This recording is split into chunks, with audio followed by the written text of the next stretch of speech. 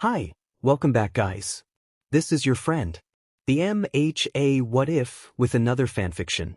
This is the first part of What If Deku's greatest quirk was his brain? All credits for this video go to their respective authors, so please support the real author. Check out the link in the description for more details.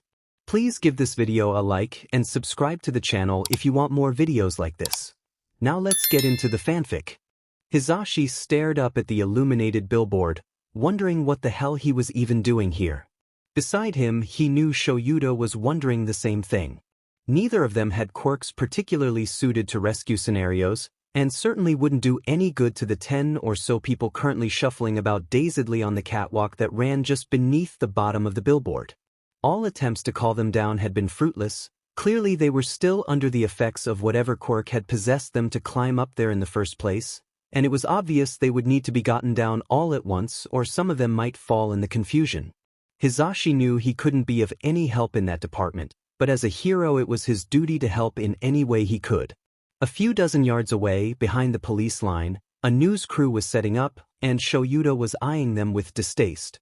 They had missed the better part of the attack, including the long chase down the dark but still moderately busy street in which the villain's quirk activation power had caused several people to lose control of their quirks, creating a great deal of chaos for the heroes to deal with before they could catch the perpetrator. The 10 victims still under the effect of one of those haywire quirks was the best spectacle they could hope for, and they weren't about to miss what was left of the story. Hisashi knew the hero Eraserhead would stay as long as it took to get the victims to safety, but he also knew his friend Shoyuta wouldn't like being on camera. "I could just scoop them up in my arms," argued Mount Lady, currently at her smaller size as she talked strategy with the 5 other heroes present, including Eraserhead and Present Mike. "Too risky," countered Kamui Woods, shaking his head. "You'd be lucky if you didn't knock any of them off. They're not exactly going to be working with you." He offered no alternative solution, and Hisashi privately thought he might have been stalling until the cameras were set up. "Maybe we should just get the police to set up an air pad," Shoyuta said, sounding rather convincingly bored and disaffected. It would have taken someone who knew him well to see how anxious he was to have this over with. Hisashi opened his mouth to second that idea, despite how long it would take, when suddenly a flash of movement at the police line drew his eye. He turned, just in time to see a young boy straightening from where he ducked under the police tape. He was short, with a mop of messy, curly green hair, and he wore a UA uniform and a look of intense determination. "Hey kid," called one of the cops, lunging for him, but the boy dodged nimbly between the policeman's arms and continued on toward the base of the billboard. All of the assembled heroes were busy arguing with one another, so none of them besides Hisashi noticed the kid march quickly up to the large electrical box at the base of the billboard, beside the covered ladder that gave access to the catwalk, and pull the enormous SWH that controlled the main power supply. Abruptly, the bright lights that illuminated the billboard from below shut down with a loud noise of deep finality, leaving the catwalk in darkness. The attention of the rest of the heroes was caught at once, and one of them actually swore when he saw who had turned out the lights. But before any of them could move, the kid pulled out a flashlight, clicked it on, and shone the beam up the covered ladder. Hisashi looked up, following the beam of light, to see that it had become a bright spot in the midst of the crowd on the catwalk. The victims all crowded around it, looking down the hole, and then one of them knelt and began climbing down the ladder. The covering was only a wire cage, meant to prevent accidental falls, but it kept the victim soundly in place as he calmly climbed toward the ground. As soon as there was room, a woman knelt down and began climbing down as well, the clustered crowd seeming to patiently wait their turn to climb to safety. "Kid," called Shoyuta, beginning to move toward the boy, but Hisashi flung out a hand. When Shoyuta looked at him, Hisashi pointed up at the catwalk. "Well," said one of the others in surprise, possibly Kamui Woods. "Never would have thought of that," said someone else, but Hisashi wasn't paying much attention. The billboard was rooted in an alleyway between 2 shops along the commercial street, the base shrouded in shadow, so the kid's flashlight was the brightest point in the dark. As the victims began to get off the ladder, they clustered around the kid, bumping him as they jockeyed for position, trying to get close to the light. Once there were 3 of them down, the kid started having trouble keeping steady, as all of them were bigger than him, and he was obviously trying to make sure the light stayed in place. "Don't just stand there." Shoyuta suddenly barked, forcing his way past Hizashi's hand and making purposefully for the kid. "Help the boy." The rest of the heroes immediately leaped into action, each of them taking a victim by the arm and leading them gently to the small cluster of ambulances that had gathered at the edge of the police line. There were 6 heroes and 10 victims, so 4 of them had to go back for more, but Hizashi and Shoyuta let the other heroes have the limelight as they melted into the background, eyes on the kid with the flashlight. As soon as all the victims were all safe, the kid clicked off his flashlight and looked around nervously, but could see no one looking at him. Quickly he began to creep back toward the police line, obviously intent on slipping away into the crowd, and he jumped and cried out when Shuta's hand came down on his shoulder. "Come with me," Shoyuta ordered sternly, and the kid gulped.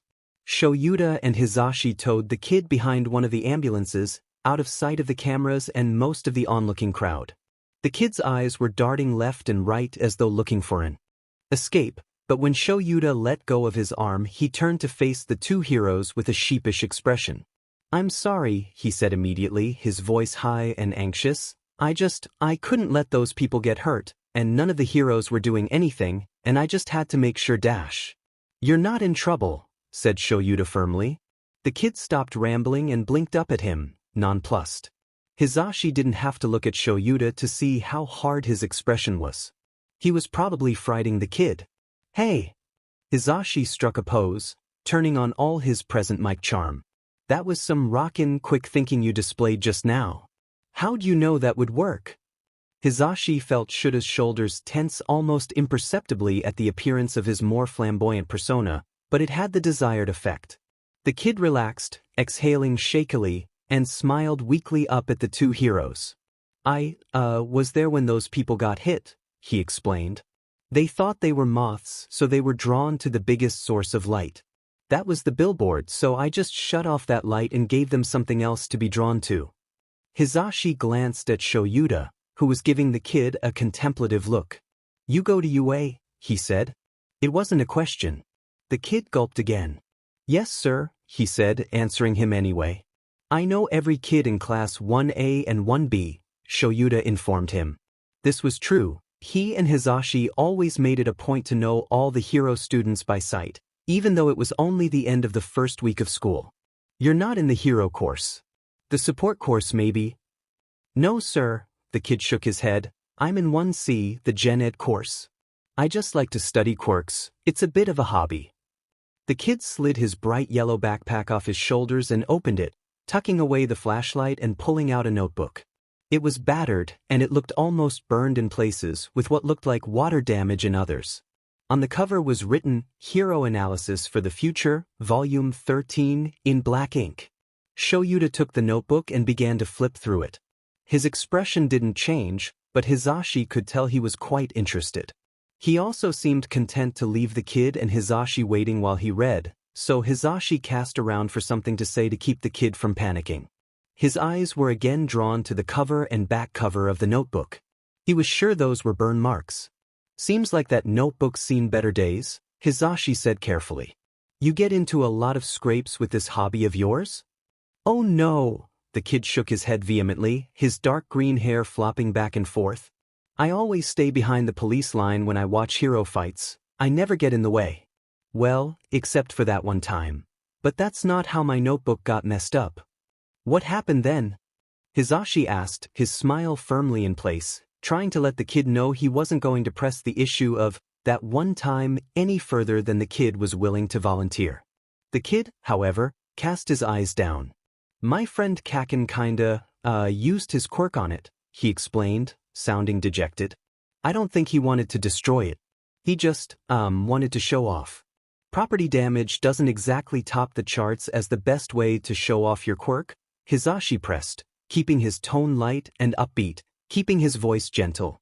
"Yeah, well," the kid shrugged, looking more defeated than before. "That was the same day he told me to jump off the roof, so I don't think he was really worried about property damage."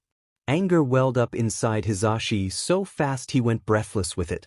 He could feel his eyes narrowing, his lip curling in disgust, but the kid was still looking at the ground and didn't notice right away.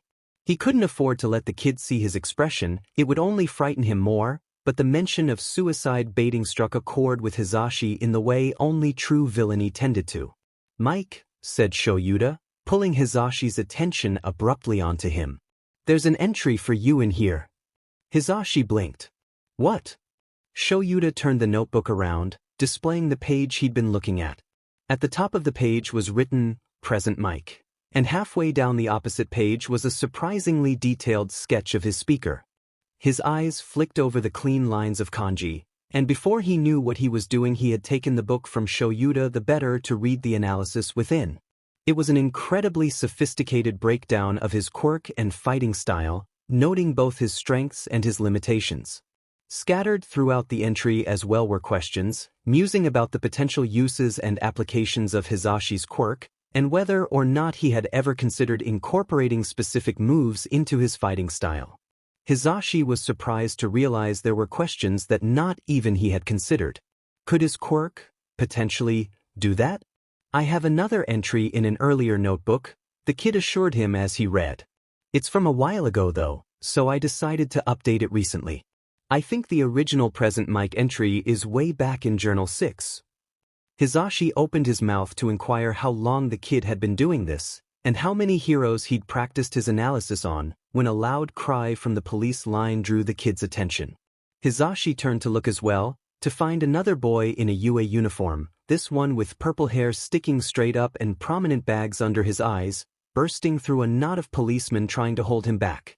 He stumbled a little, nearly falling over as his forward momentum carried him out of reach of their grasping fingers, but he quickly righted himself and sprinted the few yards to where Hizashi and Shoyuta stood talking to his schoolmate.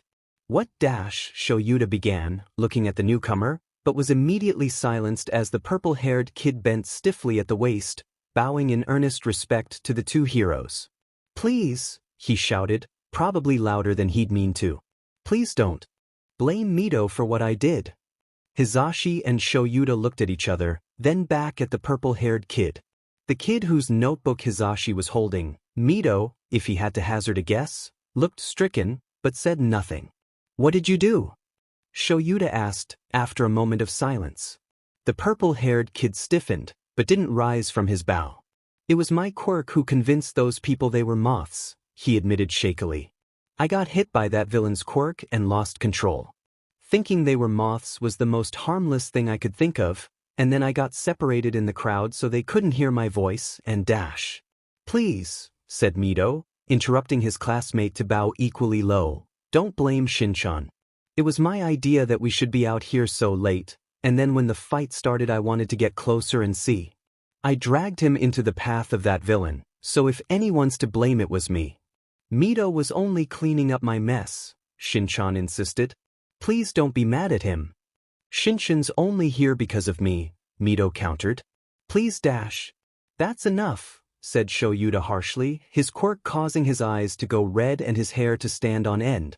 The two boys' heads snapped up, both of them obviously terrified, but almost immediately Shoyuta dropped his quirk. "Neither of you is in trouble." Both boys straightened, looking at each other in confusion. "Really?"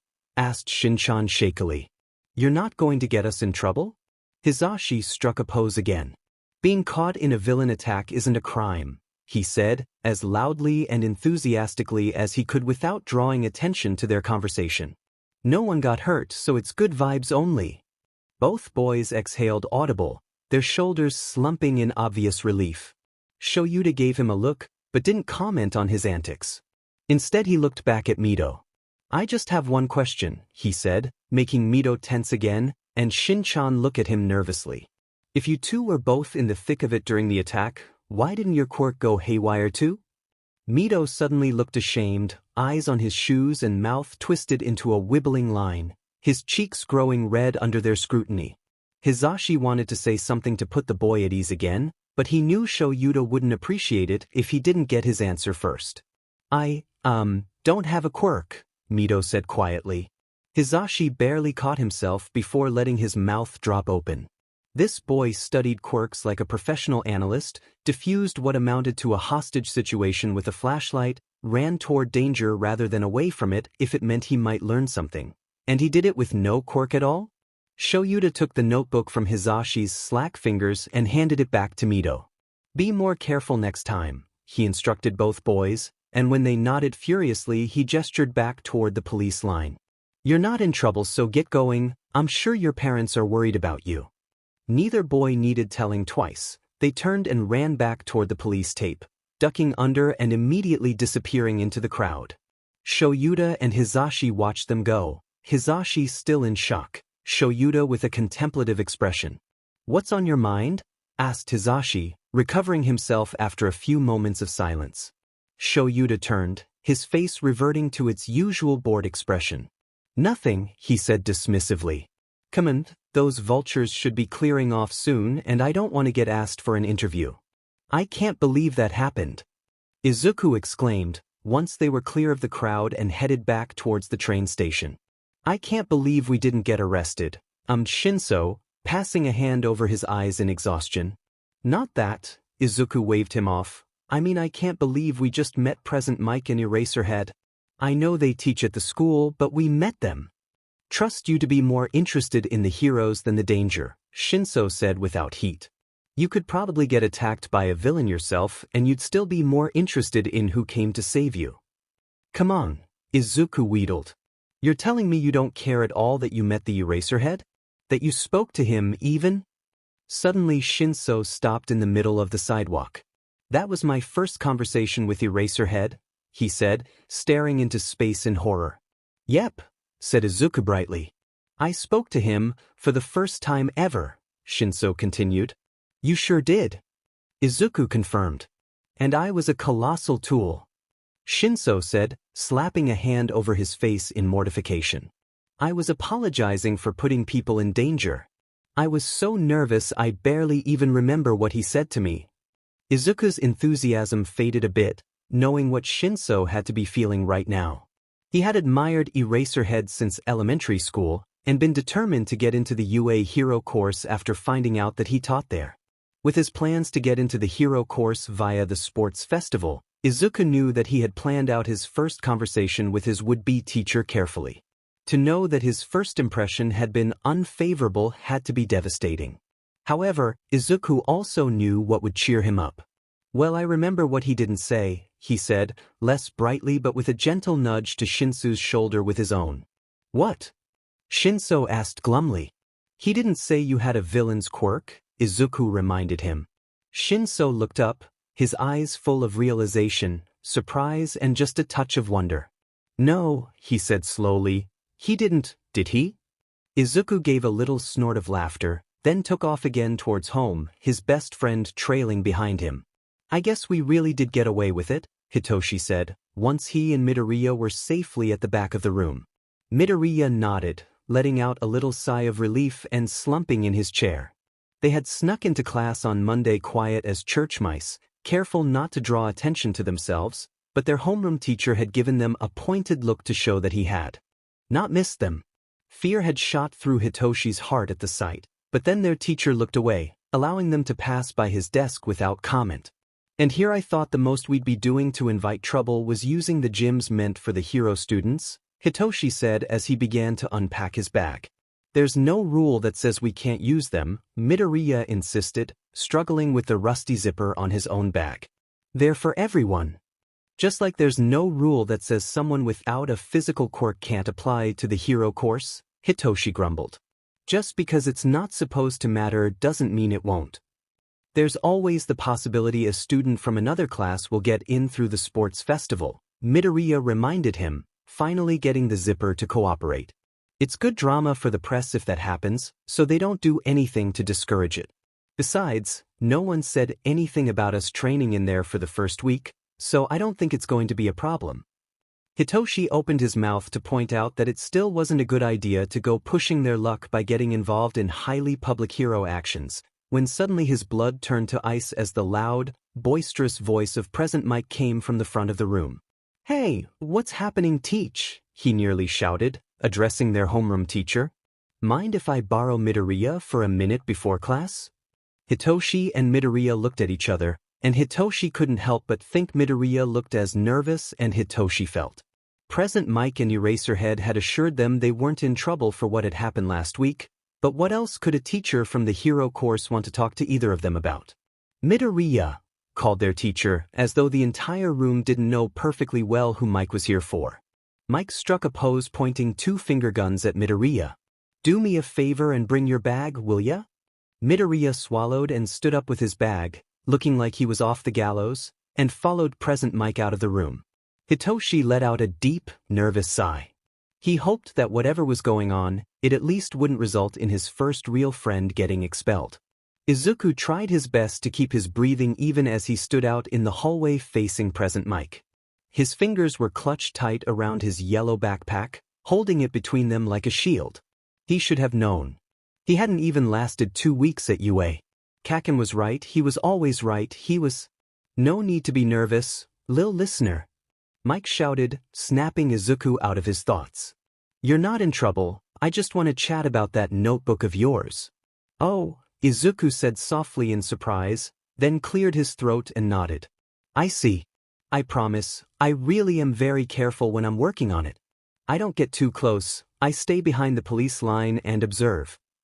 I'm sure a smart listener like you knows better than to get underfoot, Mike assured him, smiling wide and reassuring. I was pretty impressed with your analysis of my quirk though, that's some superstar insight you got going on. I've been experimenting with some of your suggestions, and I think I might be on the verge of a new special move that'll be a real chart topper. Izuku stared at him. His cheeks were heating up, and he knew his face must be red. Extraordinary pleasure was radiating from his chest, seeming to fill all his limbs with warmth. His analyses had always been for his own benefit, and more recently for Shinsu's. They were just a way to understand how heroes operated better. The idea that they might be of interest to the heroes he was analyzing had never occurred to him. Thank you, Izuku stuttered. Glad I could help, I guess. No probs, lil listener. Mike gave him finger guns again. In fact, I was wondering if that notebook had any entries for other heroes at my agency. Oh, Izuku said, more a startled exhalation of nerves than anything. Yeah, I've got entries for all the heroes that work in this area. I mean, I've analyzed lots of heroes from around the country, but I get better information if I can watch the fights firsthand. He dug into his bag and pulled out his battered notebook. It felt almost shameful to give the raggedy thing to an actual pro hero, but Mike took it carefully, holding it as though it were something important. He opened it eagerly, flipping through the pages with obvious interest, and Izuku felt suddenly anxious again. Would he like what he saw in the other entries? Would he see whatever merit he saw in his own entry in the rest of Izuku's work? What would he think of Izuku as a result of? Mike closed the book suddenly, snapping Izuku out of his musings. He looked up at Mike nervously, wondering what to expect, but Mike didn't look unhappy. In fact, he looked downright pleased. Mind if I borrow this? He asked, his voice uncharacteristically quiet. Sure, Izuku said on a reflex, still reeling from how this conversation had gone. I guess I was almost done with that one anyway, so I should be getting a new one soon. Keep it as long as you like. Rockin', Mike said, once again full of enthusiasm, and Izuku couldn't help but smile a little bit. Now head on back to class, don't want you to miss a beat. Yes, sir. Izuku said, slinging his backpack onto his shoulder and skirting around Mike to get back to the door of Class 1C. Shinso gave him a wide-eyed look as he slid into his seat, but class began immediately after and there was no opportunity to tell him what had happened. All through their first few classes Izuku was itching to explain, and as soon as the bell rang for lunch Shinso was at his side, looking down at him expectantly as he gathered his things. He wanted to borrow my notebook, Izuku said, before Shinso could even ask. To show the other heroes at his agency. For real? Shinso looked shocked for a moment, then grinned. I guess someone else finally realized no one knows more about heroes than you. Even the heroes themselves. Don't make fun of me, Izuku pouted as he led the way out into the hall. They stopped talking once they were out in the crowd, as neither of them particularly wanted to shout, but once they had their food and were outside under what had quickly become their usual tree, Shinso fixed his grin back in place and Izuku frowned. Shinchan, he whined. Please don't make it into a big deal. They're probably passing it around laughing at my fanboy ramblings anyway. I don't know about that, Shinso said around a mouthful of rice, but they might just be getting an ego boost out of it. I'm sure they all love knowing someone loves their perfect quirks as much as they do. Izuku gave a sad little smile and a nod of acknowledgement, then started in on his own food. He knew that Shinso hadn't had any easier of a time in middle school than he had, and it had left him bitter at people who had stronger quirks. Izuku knew that was something he'd have to deal with constructively if he'd make it in the hero course, but he also knew how nice it was to have a friend to talk about that kind of thing with. Even just letting it out to a willing ear could be therapeutic. Still, Shinso continued after a few bites, it'd be cool if they actually acknowledged all your hard work. The notes you've made have already improved my training and I bet they'll really pay off in the long run. Izuku couldn't help but smile at that. Yeah, he said excitedly. We'll train as hard as we can, and we'll construct you a fighting style that will really take advantage of your quirk. It'll have to be close range, so you can deal with more immediate threats physically while you catch farther away threats with your quirk. You'll need to have really tight control of your movements, so that you don't accidentally hit someone you've already caught and end up losing control of them when they feel the pain. If you could get some kind of capture weapon like Eraserhead, that would be ideal. Shinsu's laughter broke through his thoughts, making Izuku realize he'd been muttering. He ducked his head, feeling his cheeks heating up, but Shinsu's smile was genuine, without any hint of mocking. You might be the best thing that's happened to me yet, Mito, he laughed. You're the one with the cool quirk, Izuku pointed out, before taking a bite of his fish. And you're the one who was already training before we met, Shinso countered, gesturing at Izuku with his chopsticks. It barely even occurred to me to train my body when my quirk was what I wanted to show off, but you already knew more about improving different skills than me. I just wanted to learn to not be so helpless all the time, Izuku admitted quietly. You're not helpless, Shinso said easily, and Izuku felt a little thrill of pride shoot through him at the idea that there was at least someone who didn't see him as weak. If anything, you're terrifying. You weren't even afraid of my quirk when I told you how it worked, which means you've officially got more stones than anyone I've ever met. There's no reason to be scared of your quirk, Izuku said immediately. A quirk isn't inherently good or bad, and you can control it just fine, so no one has any excuse to be scared of you because of it. Shinsu's answering smile was shaky, and he looked away almost immediately. Izuku knew he wasn't used to hearing that he wasn't scary any more than Izuku was used to hearing he wasn't defenseless. It made Izuku all the more determined to say it over and over until Shinso believed it. I'll get a fresh notebook, Izuku assured him, and the first entry will be Shin-chan, future hero. As soon as we can find someone who will let us do tests on them, I'll do lots of experiments, and we'll find out exactly what you can do. You'll be a great hero someday. I promise. Shinso grinned again, wide and genuine, and then after a moment he began to laugh. Izuku joined in, and it seemed for a moment like anything that might come of the borrowed notebook was 1,000 miles away. It was about 3 days before anything did come of the notebook, and by the time it did, Izuku had almost forgotten about it. He was again sitting at the back of the room with Shinso, chatting about training as they waited for class to start, when their homeroom teacher's voice rang out across the classroom. Midoriya, he called for the second time that week, and Izuku looked up curiously to find Sir Night-Eye standing straight-backed and stoic at the front of the room. Izuku blinked uncomprehendingly for a moment, wondering what on earth Sir Night-Eye, a former sidekick of All Might, could possibly want with him. Then Shinso nudged him slightly with his elbow, and Izuku startled and leaped out of his chair like it was on fire.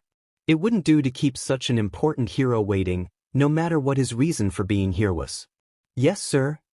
Izuku said questioningly as he reached the teacher's desk, looking back and forth between his teacher and Sir Night-Eye.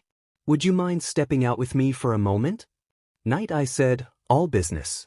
I won't keep you past the start of your lesson. Izuku nodded, and when Night-Eye turned and went out into the hall, he followed. Night-Eye closed the door behind them, leaving the two of them alone in the hallway, and suddenly Izuku wished fervently for his bag to hold between them again. Night-Eye didn't say anything for a moment, looking Izuku up and down appraisingly. Izuku did his best not to fidget under the scrutiny. What can I help you with, sir? He asked, more to avoid standing there like a gormless idiot than anything. Night-Eye looked at him for a moment longer, then reached into his jacket and pulled out Izuku's ratty notebook. "You can tell me who taught you to do this," he said, his tone giving nothing away. Izuku blinked, not sure he understood the question. "Take notes." Night Eye gave a sharp little exhalation. That might charitably be called a laugh. He waved the notebook in front of Izuku's face, making the pages rustle. "The analysis in this notebook is very advanced," he said, and Izuku gasped, feeling the same pleasure he'd felt when Present Mike praised his work shoot through him. "Are you telling me you developed this kind of technique on your own?" "Yes, sir," Izuku said, equal parts baffled and happy. "It's just a hobby I've had since I was a little kid. It's nothing special." Night Eye looked down his nose at Izuku, and a little bit of unease creeped into his stomach. Still, the high of having his work talked about in such a way was still with him, making his heart feel full and light. He met Night Eye's gaze steadily, waiting for his final appraisal. At last Night Eye held the notebook out to Izuku. "This has been passed around several different hero agencies," he said as Izuku took it from his hands. "Probably the whole thing's been photocopied by now. I noticed the number on the cover. You have more work like this?" Izuku's stomach dropped as he thought of Night Eye seeing his first hero analysis notebook, written in crayon while watching the news before his mother would trust him with pens on the table. He said nervously, "a bit? This stuff is the most recent, but I filled up notebooks faster as I got better. Probably Journal 7 is where you'd start seeing real analysis." Night Eye nodded his understanding, looking at the notebook contemplatively. Then he raised his eyes to Izuku's face, leveling him with a piercing look. "This is the kind of insight that keeps heroes alive," he said seriously. "You should think about transferring to the support course. Your skills are wasted in Gen Ed." "But," Izuku protested, trying to focus through the way his head was swimming with euphoria, "the support course is for people who build gear dash. It's for people who facilitate the work of heroes," Night Eye corrected. "A professional analyst falls under that heading. You wouldn't be the first and you won't be the last." "Would I get to work with the hero course students?" Izuku asked, his mind racing ahead to watching Shinsu's training, to a hypothetical hero course student who might help with his experiments. "Probably," Night Eye replied, his tone suggesting something like amusement at Izuku's enthusiasm. "It would be the best way to hone your craft, and it would help them improve as well." Suddenly Izuku thought of Kaken, in the hero course now as opposed to when Shinso would enter later. He wouldn't like taking Izuku's notes on his performance. If anything, he was likely to react violently to anything like criticism. Izuku ran his fingers over the burn marks on his notebook. "As long as he doesn't burn it up this time," Izuku muttered, internally steeling himself against the anticipated attack. "Those burn marks," Night Eye said, causing Izuku to look up, not having even noticed he dropped his gaze to his hands.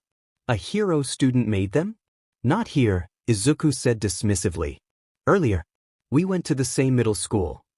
Night Eye nodded, his expression unreadable. "I see," he said, then turned to go. "You should get back to Dash." "Wait." Izuku called quickly, then shuffled slightly when Night Eye turned back to him. "You really think I could do it?" Then Night Eye did something he hadn't done since they'd stepped out of the classroom. He smiled, just a twitch of his lips, a small uptick at the corners of his mouth, but it made his face look infinitely softer. "Any hero agency would be lucky to have you," he stated firmly, as though it were a plain fact, like there could be no refuting it. "Thank you," said Izuku unguardedly. Night Eye nodded in acknowledgement, then turned away again. "Get back to class, Midoriya."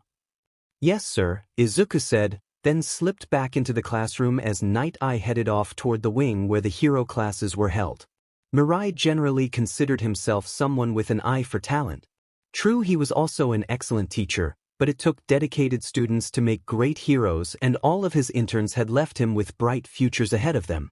He vetted all his staff personally, and while some might consider the qualifications he looked for superfluous, it had never failed to net him the best workers money could buy.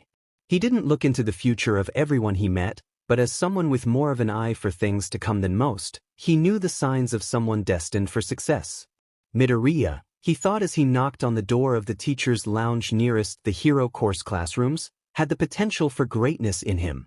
The story of how present Mike had come across his notebook the first time had circulated along with the item itself, and Mirai knew that someone who could do a thing like that had a sharp, quick mind and the ability to think on their feet. The analysis only confirmed what he already knew, that Midoriya had a bright future in the hero industry, and he had already decided he was going to do everything he could to facilitate that future. "Eraser, Mike," he greeted as he entered the room, then shut the door behind himself. The two heroes in question had been standing by the coffee pot, but they turned to him curiously when he spoke. Eraser looked at Mirai over the rim of his mug as Mike poured himself a cup, then set the pot back down. "To what do we owe the honor?" Eraser said, not sounding like he much cared. Mirai adjusted his glasses. "I came here firstly to apologize," he said, earning himself a pair of puzzled looks. "Mike, you requested that when the other agencies were finished with Midoriya's notebook it should be returned to you so you could give it back to him. I circumvented you, and have just come from returning it to Midoriya myself." Mike pouted, but before he could say anything Eraser stepped in front of him, effectively cutting him off. "That isn't your only reason," he said, perfectly certain of this conclusion. Mirai nodded. "I also came to give you some information," he said. "I spoke briefly with Midoriya, and encouraged him to join the support class. However, when faced with the prospect of working with the hero classes, he seemed wary of one of your students." "Wary?" Mike repeated, pout forgotten in favor of open concern. "The burn marks on the notebook," Mirai said. "I take it you noticed them?" "We did," said Eraser, eyes narrowing. "Hold on now," Mike exclaimed before Mirai could elaborate. "Are you saying it was a UA hero student who left those marks?" "He confirmed it," Mirai informed them. "He said that he and this student attended the same middle school, but I take it they weren't friends." Eraser and Mike turned to each other. "Bokogu," they said in unison. Mirai looked from one to the other. "You already know about the student in question?" "Not until just now," Eraser said, turning back to Mirai. "When we met Midoriya, he called the person who burned his notebook, Kaken. There's only 2 students in the hero course whose quirk could leave marks like that. I'd have to double-check their middle school records to be sure, but one of them is named Katsuki." "Tell me," Mirai insisted, noting with detachment the distaste that had creeped into his tone, "what's your impression of this Bakugu?" "He's proud, overconfident, violent, and at times downright cruel," Eraser said without hesitation. "He also got in with a grand total of 0 rescue points, which is a huge red flag. If you don't mind my saying so," Mirai raised an eyebrow, "I think this is another huge red flag." "It's more than a red flag," Mike said, his usual loud persona lost beneath a look of deep anxiety. "It's real cause for concern." "I'll have to talk to Nizu about him," Eraser said, looking down at his coffee cup as he swirled the contents around. Then he looked up at Mirai. "Thank you for bringing this to my attention." Mirai nodded. "Of course," he said shortly, then turned and exited the lounge, leaving 2 troubled teachers behind him. "The support course, huh?" Shinso said, looking up at the light filtering down through the leaves of their lunchtime tree. Izuku nodded excitedly, his lunch laying untouched as he flipped through his Volume 11 notebook. It was the one with the most recent observations and analysis of Eraserhead, and Izuku was eager to get feedback on it. Mike had cornered him after school yesterday, after Nitai's visit, to ask if he had any more analysis notebooks he was willing to share, and Izuku had agreed to bring in more tomorrow. Notebooks 7 through 10, as well as 12, were stacked neatly beside him, waiting for the opportunity to be handed off. "He really seems to think I could do it," Izuku told him, eyes flicking between lines as he looked for errors or places the analysis could be fine-tuned in a hurry. "Of course you could do it," Shinso said, somewhat muffled with his mouth full, then swallowed. "That wasn't the question." Izuku looked up, giving Shinso a puzzled look. "What's the question then?" "The question is whether or not that's what you want," Shinso said seriously. "You'd be working with that maniac, and if you did this professionally, don't think he's the only maniac you'd have to deal with. Your job would be telling heroes they're not good enough, and I'm not saying you don't have the courage for it, but it's something to consider." Izuku considered this for a moment, letting his eyes fall back to his notebook. He'd managed to go a whole week and a half without crying in front of Shinso, and he didn't want to break that streak now. Still, he felt tears prickling in his eyes, and he blinked rapidly to avoid having to wipe them away. "I can't be a hero," he said at last. "It's not in the stars for me. But I always wanted to be useful to someone in some way, and if this is a way I can do that, I can't turn it down. I just don't want to be Deku anymore." Shinso was quiet for a moment, letting Izuku dash at his eyes with his sleeve without comment. When he spoke, his voice was soft, and it made Izuku look up at the gentleness of it. "I think you can do anything you put your mind to, Mito," he said quietly. "If this is what you think will make you happy, then I'm all for it. You deserve that much." "Thanks," Izuku said, his eyes feeling watery again as he looked at his best friend. "Hey Gen Ed boys," came a loud, feminine voice from somewhere behind Izuku. He whirled around to see a girl with salmon pink hair and wide, intense eyes, a pair of goggles perched atop her head. Instead of a uniform, she wore a pair of baggy breathes and a black tank top with a jacket tied around her waist, looking for all the world like she'd just come from a machine shop. She was carrying a lunch tray balanced on one hand and waving animatedly with the other as she approached the two of them, a grin threatening to split her face in half. Izuku and Shinso looked at each other, eyes wide and confused. Shinso raised an eyebrow, darting his eyes to the newcomer and then back to Izuku. Izuku shook his head. He had no idea who she was. "Hi," Izuku said as she reached the spot where the two of them sat in the grass and flopped down, apparently uncaring of the way it made her dishes rattle. "Hiya," said the girl, grabbing her bowl of rice and fixing her piercing gaze on Izuku. "I'm Mei Hatsum from the support course. You're Midoriya, right?" "Yes," Izuku asked, then cleared his throat when it came out sounding like a question. That's me. You're the one Sensei was talking about," Hatsum continued as she shoveled rice into her mouth. "You're going to transfer to the support course as an analyst." Izuku went red and sputtered for a moment, but before he could recover himself, Shinso laughed. "What do you know?" he said, elbowing Izuku. "You don't even have to ask about a transfer, they're already shoving you at the support course teachers." "Really?" Izuku finally managed, not sure what else he was supposed to say. "Yep," Hatsum said cheerfully. "I heard the teachers talking about it. Usually the analyst types go to the business course, so having one that wants to do support work is kind of a big deal." "It is?" Izuku flailed, nearly knocking over his water bottle as he tried to reorient himself. "I mean, it can't be that big of a deal, right? Market analysis and hero analysis are two totally different things. Surely there can't be that much overlap that the business course takes all the people like me." "Well, yeah," Hatsum shrugged, "but people who study things like quirks and fighting styles usually go into pro-heroics themselves, so we don't get a lot of them in the support course." "Oh," Izuku said, feeling suddenly dejected. Hatsum and Shinso were looking at him though, so he hitched a smile back in place and nodded. "Well, you don't have to worry about that with me. I don't have a quirk, so I'm not exactly hero material."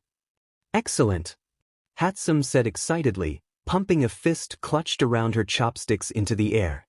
"You can tell me what kind of support gear is most needed in the industry. What kind of technology should I be focused on developing? What do heroes really need?" Izuku knew his mouth was slightly open, but he couldn't help it. He had just told a person who went to UA high school, that he didn't have a quirk and nothing bad had happened. She hadn't laughed at him, or grown suddenly cold, or attacked him outright. She still thought he was someone worth talking to, even without a quirk. He didn't need to be as strong as Kaken to be her friend. Just like that, the answer to her question rose nearly unbidden in his mind, and he answered her with almost equal enthusiasm. A section of the hero industry that could really use more support items is underground heroes, he explained as Hatsum listened with rapt attention. They tend to have less physical quirks, so they don't really need much to help control or take advantage of them. What they need is weapons that suit their environment and fighting style. They can't use the same kind of weapons that spotlight heroes use, because spotlight heroes need to be flashy, but underground heroes can't afford that. Take Eraserhead for example. He doesn't need much but a pair of goggles for using his quirk, but he based his entire fighting style around using his capture weapon. What they need are simple, efficient, versatile weapons that aren't designed to draw attention. Hatsum nodded, her eyes cast downwards as she thought. Simple, efficient, versatile, she repeated. Then suddenly she raised her eyes back to Izuku's face, giving him an almost maniacal grin. "I can do that," she exclaimed, then winked. "I think you and I are going to be great friends." Before Izuku could respond to that, he suddenly felt a hand wrap around his upper arm, and he was tugged gently to lean toward Shinso. Hey, Shinso said grumpily. "Mito's my friend, get your own." "It's okay, Shin-chan," Izuku insisted, even as he saw Hatsum stick her tongue out at Shinso out of the corner of his eye. "We'll still get to work together when you get into the hero course. Gotta let your old friend here make some new friends." Hatsum concurred. High school is a fresh start after all. Shinso and Izuku both blinked at her. "We're not old friends," Shinso said. "We met last week on the first day of school." Now it was Hatsum's turn to blink in confusion. "You just met," she repeated. "But you're so familiar with each other." Izuku felt himself blushing again. He glanced at Shinso, to find him smiling his slightly mean smile he'd used when they first met. Izuku quickly picked up his chopsticks and pretended to be interested in eating, but Shinso was setting his things aside. "We aren't old friends," Shinso began, "but someone Mito went to middle school with did get into the hero course. He's a real piece of work too. I walked in on him about to blow Mito sky high with his flashy explosion quirk. Mito still called him Kaken, though, so I said it was weird that he used such an affectionate name with someone who bullied him." "He wasn't always like that," Izuku said into his lunch. "Maybe not," Shinso poked at Izuku's cheek, "but you gotta admit, trying to pass yourself off as an affectionate person was a pretty dumb move."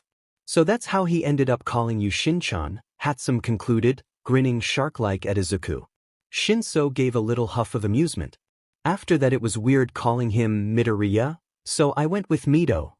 Hatsum threw back her head and laughed, long and loud, full of genuine mirth. "You guys are a riot," she said, wiping her eye with one finger. "We're gonna have so much fun this year." Shinso gave a slightly creepy little giggle, and Izuku couldn't help but laugh himself.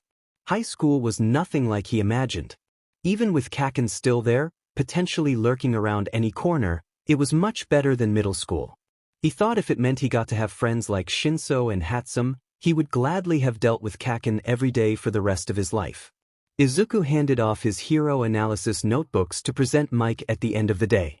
He was still a little bit nervous about some of the earlier work, but Mike went straight for notebook 7 and began flipping through it before Izuku had a chance to escape. Having not yet been dismissed, Izuku held his ground, but Mike had again said that his analysis was very insightful, and taken all of the offered notebooks to look through and potentially show around. The next day at lunch, Hatsum again joined him and Shinso, already with a few rough ideas drawn on bits of paper that didn't look like this was their intended purpose. She talked animatedly about potential inventions, or babies, as she called them, and Shinso looked interestedly at a couple. He had yet to start training with weapons, and finding a particular weapon to be his signature had always been the plan.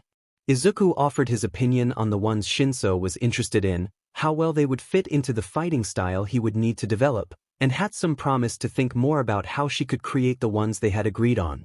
They had all just settled into actually eating what was left of their lunch, rather than nibbling on it as they worked, when a shadow fell across their little gathering. It came from behind Izuku, so he was able to see the stunned looks on Shinso and Hatsum's faces before he turned around. "Kamui Woods," Izuku squeaked, looking wide-eyed up at the hero standing over him. Kamui Woods looked down at him. "Midoriya, right?" he said as Izuku hurried to turn himself around on the grass to look directly up at him. "You got caught in the sludge villain incident, didn't you? Made a lot of trouble with that stunt you pulled." "Yes, sir." Izuku looked away, but didn't lower his face. It would be too awkward to look down when the hero he was speaking to was so far above him. "You're the one with the notebooks, aren't you?" Kamui said. He did not sound particularly impressed. Izuku swallowed. "Yes, sir," he repeated, wondering if this was the part where those notebooks finally got him into trouble. "I saw what you wrote about me," said Kamui. His expression was unreadable behind his wooden mask, but his tone wasn't exactly friendly. You've got a lot to say about heroes who risk their lives for you every day. I didn't mean anything by it, Izuku said hurriedly, shaking his head wildly back and forth. Those notebooks were just supposed to be for me, just to help me understand heroes better, and then dash. You got something to say about it? Came Shinsu's voice, cutting off Izuku's rambled apologies. Izuku swiveled to look at Shinso, trying to make his eyes wide and pleading, but Shinso was looking up at Kamui with a look of bored distaste. Most of the heroes who work here think Mito's analysis is pretty helpful, Shinso went on, even as Izuku began to shake his head slightly. You think you're too good to take a little criticism? Izuku turned slowly to look back up at Kamui. He knew his expression must be terrified. He felt like he was on the verge of tears, and he could barely bring himself to make eye contact with the hero. The sun was behind Kamui, shining in Izuku's eyes, but he wouldn't disrespect the hero by looking away. Then, quite unexpectedly, Kamui sighed. Nah, he said, his posture relaxing into a somewhat easier stance. Those analyses were exactly the kick in the breathe some of my guys needed, and anything that gives me an edge is welcome. He shrugged nonchalantly, and Izuku could have sworn his soul left his body at the degree of relief that overcame him. I do have a question for you though, Kamui continued when Izuku didn't respond. You mentioned incorporating leaves into my fighting style, but I'm curious about how much you actually know what you're asking. Huh. Izuku made a small exhalation of confusion, then drew breath and managed to ask, What do you mean? I can grow leaves, Kamui informed him, extending one finger into an elongated twig and growing a single, bright green leaf to dangle from it. However, I can't control them as precisely as branches, and they're far more delicate. I discarded the idea of using them in combat while I was in school. Izuku was veritably itching to get out his current notebook and start taking notes, but he clamped the instinct down. They can still be useful though, he insisted, trying to sound like he was gushing rather than criticizing. They can obscure your opponent's vision and limit their movements. A path blocked by branches is difficult to pass through, but a path blocked by branches and also obscured by leaves? You might as well put up a concrete wall. They also make it difficult for me to see, Kamui countered, then lowered his voice and muttered, and for the cameras to see me. Shinso coughed somewhere behind him, sounding like he was using the sound to hide a snort of laughter. A second later he grunted, and if Izuku had to hazard a guess he'd say Hatsum had poked him in the ribs. Not necessarily, Izuku said, tactfully ignoring the second part of the hero's statement. If you concentrate them specifically in the path of the villain and leave your other branches clear, you can get a good sense of where they are without them being able to see what you're doing. Plus, any leaves that fall to the ground are sure to become valued souvenirs. Kamui said, rubbing his chin thoughtfully, his imagination clearly caught by the idea of his leaves becoming collector's items. Then he looked back at Izuku. You talk a big game, little man, but how much do you really know what you're talking about? Have you ever been in a real fight? Besides the one All Might bailed you out of, I mean. Izuku swallowed, wondering which answer would be preferable. He quickly settled on the truth. Yes, sir, he said, I have, but it's never really much of a fight. Kamui looked at him for another moment, then said, Spar with me. Huh, said Izuku. What? Said Hatsum. No way, said Shinso. No quirks, Kamui clarified, holding up both hands in supplication at Shinsu's obvious ire. Nothing serious, just a friendly little bout. Just to see how good your instincts are. Izuku's brain stalled, trying to think of a reason to refuse. He was sure whatever reason he gave Shinso and Hatsum would back him up, but nothing at all came to mind. Sure. Kamui backed away several paces, and Izuku stood on shaky legs to take up position opposite him. He glanced only once at Shinso and Hatsum, who had adjusted themselves for a better view of the fight. Hatsum looked curious but worried, still eating but chewing slowly and thoughtfully. Shinso, on the other hand, had set aside his food, and he looked absolutely furious as he glared at Kamui. He did not seem to trust that the hero had only a friendly spar in mind. At least it won't be as bad as fighting Kaken, Izuku thought nervously, but that was all he had time for before Kamui attacked. Izuku blocked his first swing on instinct, a big right hook like Kaken's usual opener.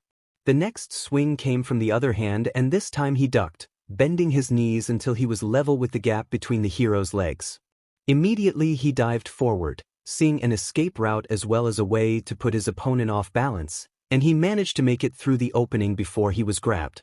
He popped back to his feet, but instead of running away he turned, to see Kamui stumbling as he tried to right himself and whirl around at the same time. "Come on, short stack." Hatsume's voice reached his ears, but he didn't turn towards the sound. "Get him, Mito," came Shinsu's at the same time. Deciding if he was going to do this he might as well do it, Izuku aimed a kick at Kamui's back, sending him lurching forward a few steps.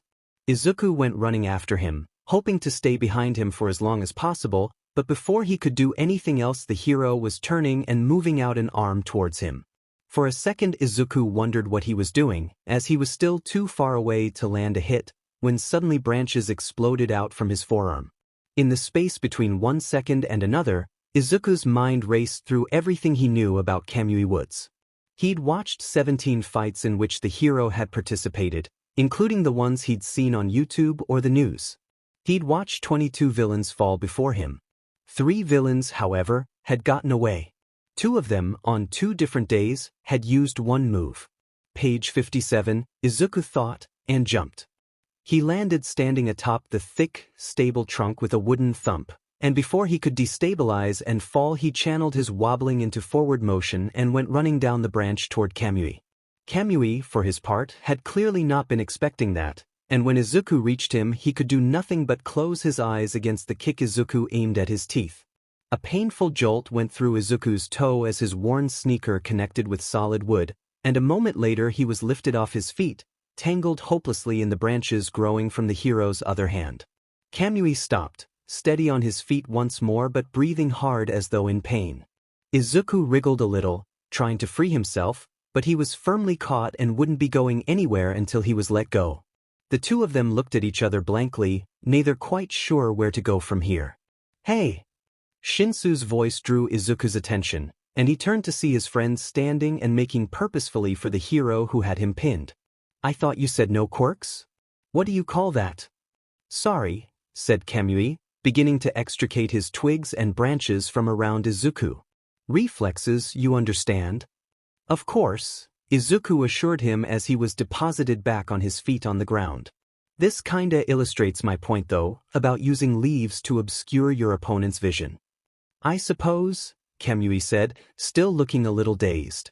Shinso, who did not look at all like he understood about reflexes or intended to drop the subject of quirk use, opened his mouth to continue his earlier expressions of outrage. Before he could say anything, however, another voice rang out across the lawn. "What are you doing here?" Eraserhead demanded, marching toward them with an angry, determined stride. Kamui backed away from Izuku, hands held up at the level of his shoulders and making downward motions toward Eraser. "Take it easy," he said. "Can't a hero visit a hero school to chat with some students? We've already had one security breach this week. The perimeter was supposed to be tightened," Eraser said, crossing his arms over his chest as he came to stand before Kamui. "And those aren't hero students you're chatting with." "You could have fooled me," Kamui said, cracking his neck and throwing a wary glance at Izuku. "I asked if I could come talk to Midoriya and I have permission to be here." Eraser's eyes narrowed. What does a hero want with a Gen Ed student? "Kid's a hell of an analyst," Kamui explained, making Izuku glow with a now familiar pride. "He's got pretty good kinetic awareness too, and a fighter's instincts." At this revelation Eraser paused, giving Izuku a moment to process it himself. He'd thought about fighting, obviously. He's analyzed enough heroes' fighting styles to know what would work for a quirkless person and what wouldn't. All the training he'd done had been in a vacuum though, with no one who knew what they were talking about to tell him how well he was doing. Was it possible he'd advanced that much? Shinso, who had been looking between Eraser and Kamui as each of them spoke, was apparently content to stay quiet no longer. "He used his quirk on Mito," he accused seriously, after he said he wouldn't. "It's not that big a deal," Izuku insisted quickly. "I was fine." Still not very heroic behavior, Hatsume piped up for the first time. You don't have a quirk, and you were unarmed. Kamui's head whipped around, abandoning his standoff with Eraser to stare at Hatsum. What do you mean he doesn't have a quirk? The hero sputtered. You considered him that much of a threat, huh? Eraser asked, but he didn't sound angry anymore. He sounded almost contemplative. Shinso looked about ready to explode with indignation, so Izuku took his friend by the arm. Shinso flinched but didn't pull away, still glaring at Kamui with fire in his eyes. Izuku, not sure what else to do, rubbed his hand over Shinso's back. Eventually Shinso looked at him, still glaring, but his face softened when he saw Izuku. Shinchan, Izuku said quietly. Shinso took a deep breath, then let it out in a great gust. Then he looked away, off to one side. Whatever, he said waspishly. Eraser gave a weary little. The bell's about to ring for class, he said at last. Take your dishes inside. Yes, sir, Izuku said hurriedly, and began to drag Shinso over to his abandoned tray. The three of them collected their things and headed back inside. It was only once they were several paces away that Izuku heard Eraser and Kamui continue their conversation, but it was distant enough that he couldn't make out what they were saying. Hatsum shouted her goodbye over the crowd as she broke off from them to head to her own class, and Izuku and Shinso made their way back towards the Gen Ed wing. That was weird, Shinso said once they were safely back in their classroom. Definitely, Izuku agreed. Thank you, by the way. Shinso gave him a confused look. For what? For, Izuku fidgeted a little. Sticking up for me. Getting mad when you thought he was being unfair to me. Of course I was mad, Shinso said, as though this were the most obvious thing in the world. The guy came around just to make you uncomfortable and then tried to beat you up. You really showed him though. I don't think that was why he came, Izuku defended, even though Shinso's words made him feel warm inside, like being praised by the heroes did. He wondered what exactly that feeling was. And I didn't really show him much of anything. Except maybe why he should use leaves. Are you kidding? Shinso grinned. You were amazing. I didn't know you could even fight like that. We definitely need to add more sparring matches to our training. Izuku opened his mouth to argue, but the teacher cleared his throat pointedly to quiet the class, so he simply gave a nod of assent. More sparring would be a good idea. Night Eye had come to talk to Izuku on Wednesday, and Kamui Wood's visit was at Friday lunch, so by Friday afternoon Izuku thought he was justified in assuming he was done with excitement for the week.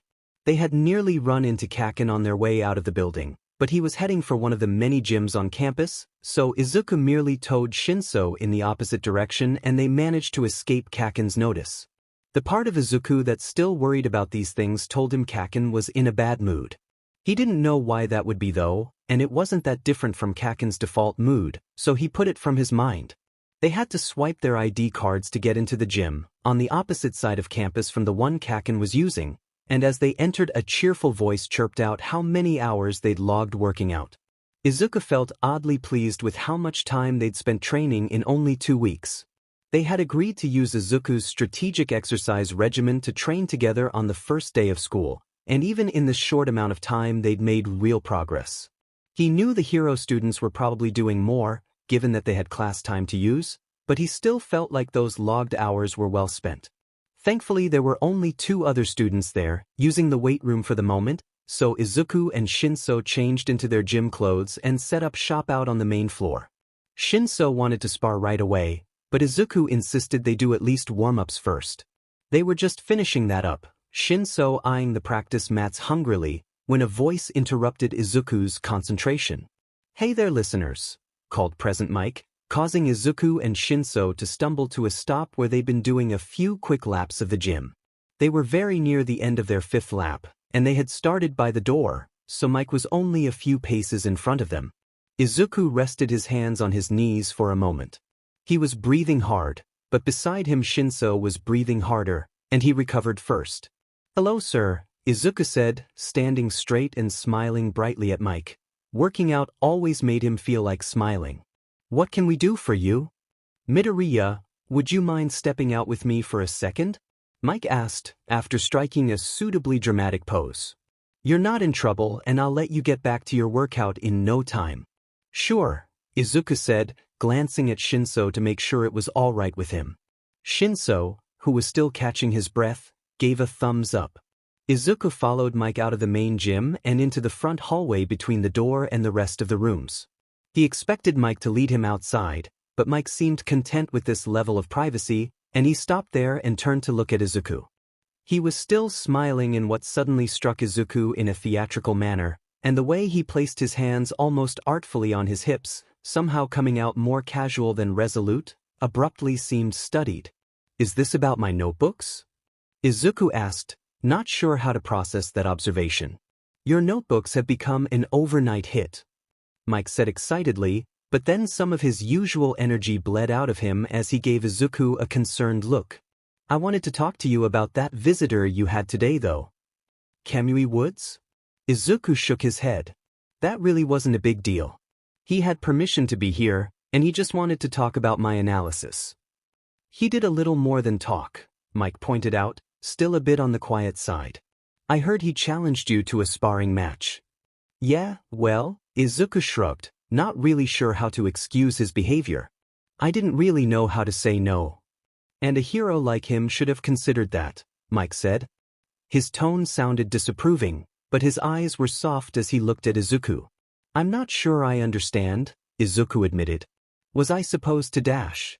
"You weren't supposed to do anything," Mike assured him. "He was the one who should have considered the effect his authority would have on you. A hero needs to remember that they have influence over others with what they say and how they act." "I see," said Izuku, though he did not see at all. Mike seemed to realize this, because he struck another dramatic pose and shouted, "Take me for instance. I've got the ear of the younger audience with my radio show, so I'm careful to send good vibes only to my listeners. They look up to me because I'm a hero, so I've got to set a good example for them." Izuku couldn't help but smile at Mick's antics, even suppressing a little giggle. Mike relaxed his pose, grinning at Izuku, and looked at him over the rims of his sunglasses. "I'm not surprised you got an in-person interview at all though," he informed Izuku proudly. "You've done great work, and a lot of heroes are very impressed with your analyses. You're getting quite the reputation." Izuku shuffled from foot to foot, wondering if now was the right time to bring this up. "Does that mean you think I should? Should I ask if I can transfer to the support course?" For a moment Mike just looked at him. He was still smiling, his posture still studiously relaxed, but he seemed to be contemplating his answer carefully. Izuku braced himself, wondering how he'd deal with any answer Mike might give. Then suddenly Mike was back in full form, posing dramatically and giving Izuku double finger guns. "I think you should shoot for the top of the charts, lil listener," he said boisterously. "Whatever you think you can achieve, I say go for it." Izuku suddenly thought back to another conversation like this one, standing on a rooftop on the worst day of his life. Being told by All Might that his dream was unrealistic hadn't felt good. That was what had made him decide the Gen Ed course was the best he could hope for. Standing here now, with present Mike telling him to follow his dreams, that rooftop felt like a distant, unimportant nightmare. "Thank you," Izuku said. It seemed woefully inadequate. Mick's smile widened, but it didn't seem theatrical this time. In fact, it might have been the most genuine smile he'd ever seen Mike wear. "Anytime," Mike said, and Izuku couldn't help but smile back. Izuku spent the weekend wondering who he should talk to about the support course. It seemed insulting to ask his homeroom teacher about transferring out of his class. The hero teachers, despite their interest, probably had better things to do. Talking to the support course teacher, Power Loader, directly seemed the best course of action. Hatsum said he was tough, but fair, and had already been talking to other teachers about Izuku anyway. Izuku walked into class on Monday full of determination, ready to spend his free PRD tracking down Power Loader and asking what he would need to do to transfer, but no sooner had he reached his homeroom teacher's desk than a hall pass was being held out to him. "Midoriya, you're to go see Principal Nizu before class," the teacher informed him, a knowing gleam in his eye. "I doubt you'll be back before class starts, so take your things with you." Izuku took the pass with trembling fingers, then bowed his thanks with a little more formality than he normally would have. This probably wasn't the last time he'd see this teacher. He doubted the transfer would be immediate, but there seemed to be a certain degree of finality to the situation. His teacher nodded to him, smiling benevolently. Izuku only glanced at Shinso for a moment, receiving a sly, proud smile, and headed off for the principal's office. The door to Principal Nizu's office looked just like every other door in the school, which was to say rather larger than it needed to be. Izuku supposed there must be some students with quirks that made it difficult for them to fit, but it certainly gave the door a slightly ominous look. He swallowed, then raised his hand to knock, but before he could touch it the door swung open. "Midoriya," called Principal Nizu, beckoning him inside with one small paw, the other holding a cup of tea. "Principal Nizu," Izuku said politely as he came in and closed the door behind himself. He noticed that the seat opposite the hero was vacant, and there was a cup of tea already sitting out. "Please have a seat," Nizu gestured to the vacant chair. "Let's have a cup of tea, shall we?" Izuku took the offered seat, dropping his bag on the floor beside it, and obediently picked up the cup of tea. It was steaming but not too hot to touch, and when he took a sip he found that it seemed to be at the perfect temperature for drinking. "I'm sure you're wondering why you're here," Nizu said, smiling at Izuku over the rim of his cup. Izuku decided to go for broke. "I assumed it was to discuss the possibility of my transferring to the support course," he said, hoping against hope that he didn't sound presumptuous. "You assume correctly," Nizu told him, then took a slow sip of his tea and sighed. "I've heard a lot about you, Izuku Midoriya. You've gained quite the reputation over the last week, and many pro heroes have recommended you to my attention. In fact, I've been hearing about you almost non-stop from several people I respect." Izuku felt his face grow warm, and not just from the tea. He fought the urge to apologize. "I seem to have gotten kinda popular," he said instead, then took a sip of his tea to avoid having to say anything else. "I've also had the pleasure of examining some of your work," Nizu continued. "It's very impressive. You have a highly analytical mind, and you seem to have honed your skills from early childhood. I would be fascinated to test your IQ, but perhaps another time." "Perhaps," Izuku agreed, idly wondering exactly how one tested one's IQ. "There is one thing I find somewhat curious though," Nizu told him. He did not immediately elaborate, opting to take another sip of tea and keep his piercing gaze fixed on Izuku. Izuku cleared his throat. "Oh," he asked. "Was there something about my analysis that was, illogical?" "No, there isn't," Nizu said, "and that in itself is what I find curious. You've put a lot of work into cultivating the skill, and it shows. You studied quirks and fighting styles, studied heroes, from a very young age." "Yes, sir," Izuku agreed, more than a little puzzled. "Despite this," Nizu went on, "you didn't even apply for the support course during the entrance exams. Indeed, it seems that UA's willingness to accept an analyst such as yourself into the support course is news to you." "I didn't really know much about the support course," Izuku admitted. "I thought it was just for people who built support items. But if there's something that I can do there, I'd like to do that kind of work." "So you spent years cultivating a skill for a position you didn't know existed," Nizu concluded. He stared at Izuku, his head ped to one side. "I'm sure you can see why this situation is perplexing to me." Izuku swallowed, then took another sip of his tea to avoid answering right away. It seemed childish to explain that he had planned on being a hero, but had given up that dream a few scant months before the UA entrance exams. Nearly as childish as the dream of being a hero itself. Still, he wasn't about to lie. "When I was younger I had intended to try and become a hero," Izuku admitted slowly. "I started analyzing heroes as a means of learning how it was done.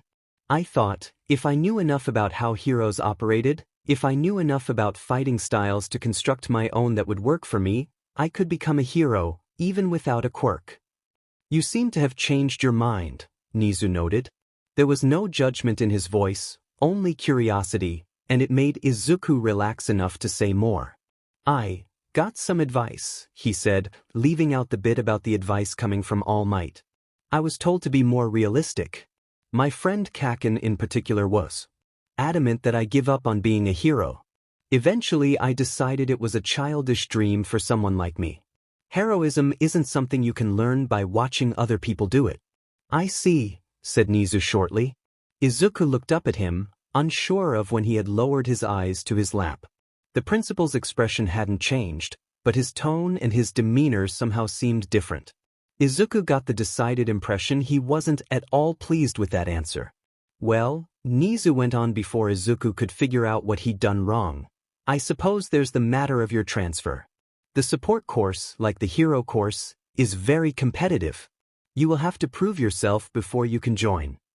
Trying to force down the way his heart clenched with fear, Izuku nodded decisively.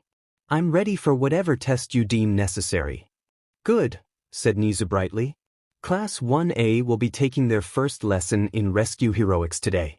They will be traveling to a distant corner of the campus, to a facility we call the USA. You will go with them, and while they practice using their quirks in a rescue scenario, you will provide real-time feedback and suggestions for improvement. If your analyses prove to be of material benefit to the class, you will be transferred to the support course as an analyst. Izuku gulped. Whatever he expected, it hadn't been that. Do real-time analysis? Provide feedback for the hero class?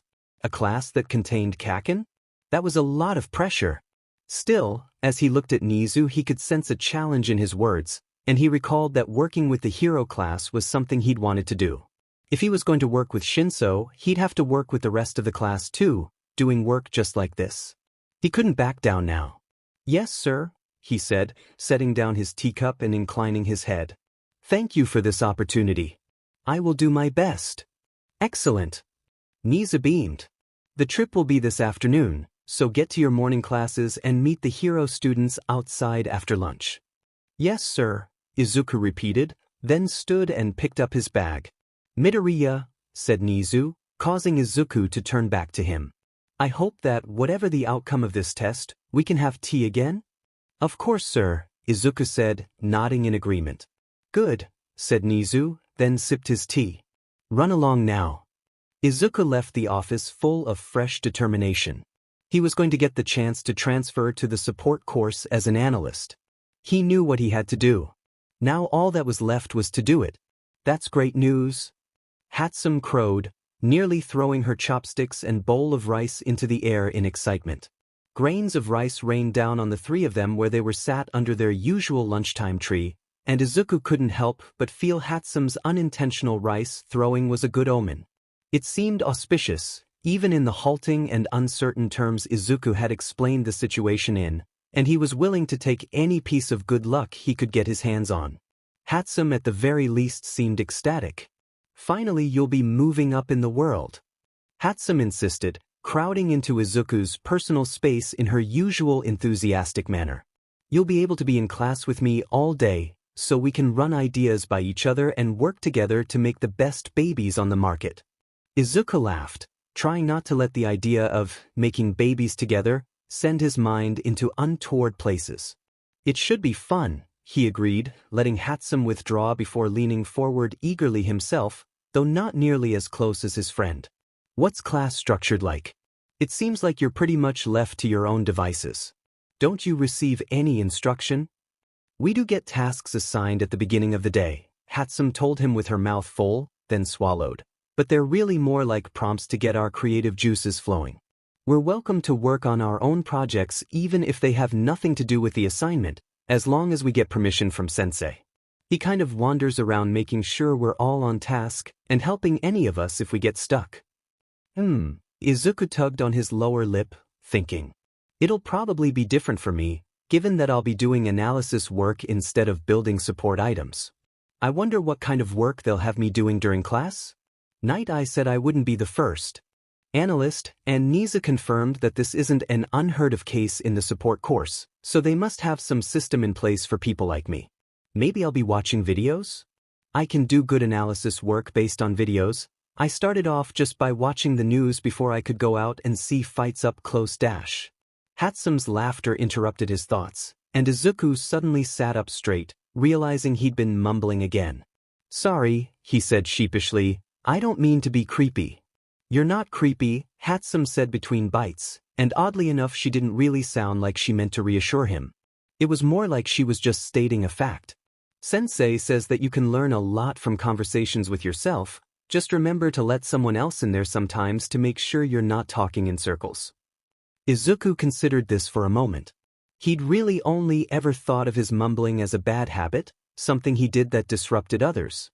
Could it actually be a good thing? Or even just part of the way he was, without being good or bad? Don't get lost in your head now, Mito, Shinso said, chiding but good-natured. Izuku looked up at him, to see him smiling a subdued smile as he picked at his lunch. Shin-chan? Izuku asked, suddenly worried. You don't seem all that happy. Is something wrong? No, said Shinso automatically, then took a large bite. Izuku and Hatsum continued to look at him while he chewed and swallowed, and when they didn't let up he sighed. I'm just gonna miss you, that's all. You don't have to miss me, Izuku said, mind racing as he tried to think of how to reassure his best friend. We can still eat lunch and train together, and I'm sure I'll be working with the hero courses at least sometimes. And it's not a sure thing yet anyway, I still have to pass Principal Nizu's test. Oh, you're getting into the support course, Shinso said seriously, giving Izuku a vicious smile. If you do your best, there's no way they won't see how amazing you are. I'm not amazing, Izuku said on a reflex, but before Shinso could say anything suddenly Hatsum was pulling at his cheek. Are so green bean, she said cheerfully. So do your best and you're sure to get in. All right, Izuku said, pulling out of Hatsum's grasp. I'll do my best. Good, said Shinso, pointing his chopsticks seriously at Izuku, because if you hold yourself back because of me, I'll have to feel bad when I get into the hero course, and I don't intend to do that. Izuku grinned and Shinso grinned back. Hatsum was already smiling, looking back and forth between the two of them in giddy excitement. Izuku didn't remember ever smiling or being smiled at this much ever in his life. This day, he decided, was good, and tomorrow would be even better. He would make it better, with Shinso and Hatsum right there beside him. After lunch, Izuku followed Nizu's instructions and went to the front of the school, where a handful of buses were already waiting. He was the first one there, and there were no teachers around, so he wasn't sure which bus he was supposed to get on. Was he even going to ride the buses with the hero students? Would that be allowed? How else was he supposed to get there, if this facility was in a distant corner of the campus? Deku! Came a familiar raspy shout, and Izuku squeaked and whirled around to face the front steps. Kaken was coming down them at a fair clip, both hands popping with small explosions and murder in his eyes as he looked at Izuku. Kaken, I can explain, Izuku said, but was immediately cut off. What are you doing here, you worthless little runt? Kaken demanded, leaping down the last few stairs for a running start at Izuku. I was Izuku began, eyes closed and hands held up defensively in front of himself. He waited for the inevitable pain of both his hands getting burned, but after a few seconds, more than enough time for Kaken to clear the distance between them, there was nothing. Izuku opened one eye, peering between his spread fingers to see Kaken several feet back, straining against Eraserhead's capture weapon. Can you calm down for 2 seconds? Eraser said waspishly, tugging Kaken back as he continued trying to get at Izuku. What the hell is he doing here? Kaken demanded. His hands were still sparking, but it seemed to do nothing against the fabric holding him. Midoriya is an analyst who's trying to transfer into the support course, said Eraser, voice somewhere between bored and annoyed.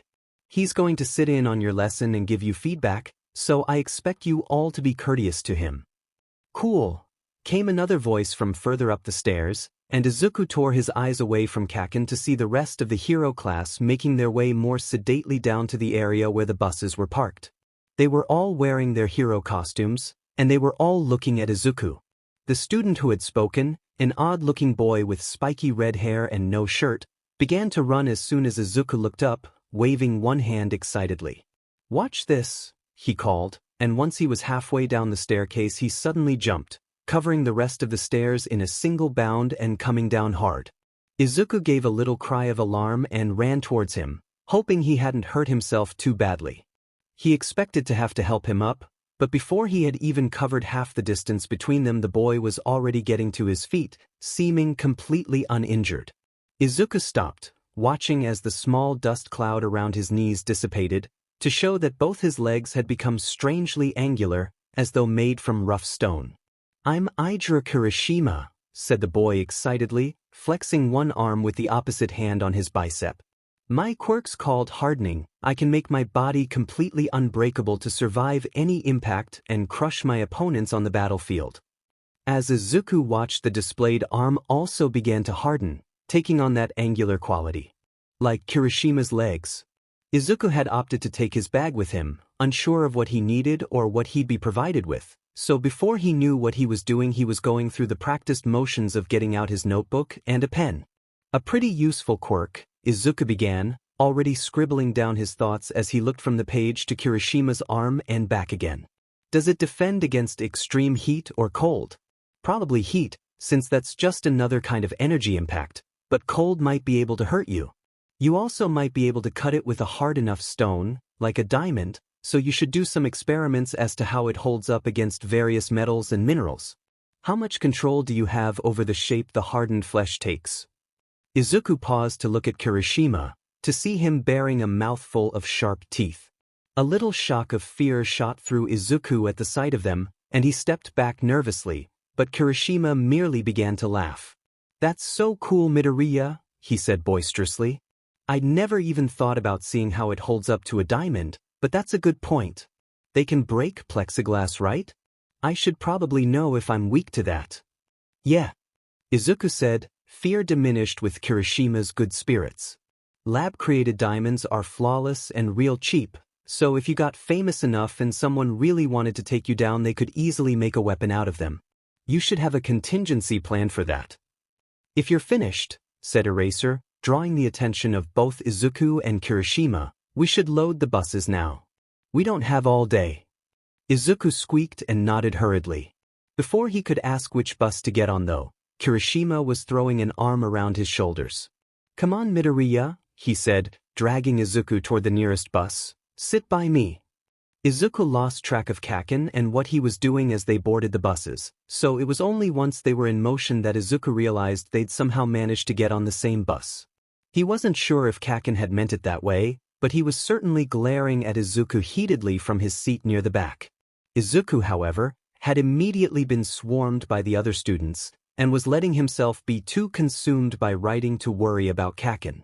My quirk is called Naval Laser, simpered a blonde wearing what looked like medieval armor. It's got the perfect combination of panache and strength. But it's way lame if it gives you a stomachache, sweetie, said a girl with pink skin and dark eyes, a pair of horns peeking from amidst her wild pink hair. Izuku opened his mouth to make a suggestion, but before he could speak, a hand was waving in front of his face. He turned to see another blonde boy with spiky hair like Kaken's, this one wearing a black jacket and a radio on the side of his head.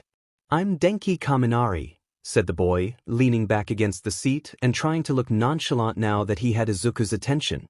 My quirk's electrification. I can electrocute anyone who gets close to me and discharge electricity up to 1,300,000 volts. What happens after 1,300,000 volts? Izuku asked, already wondering about the limits of such an ability.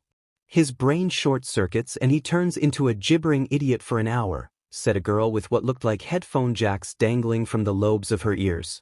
Izuku looked down at his notes and began scribbling again, trying to get down all the information he was being bombarded with.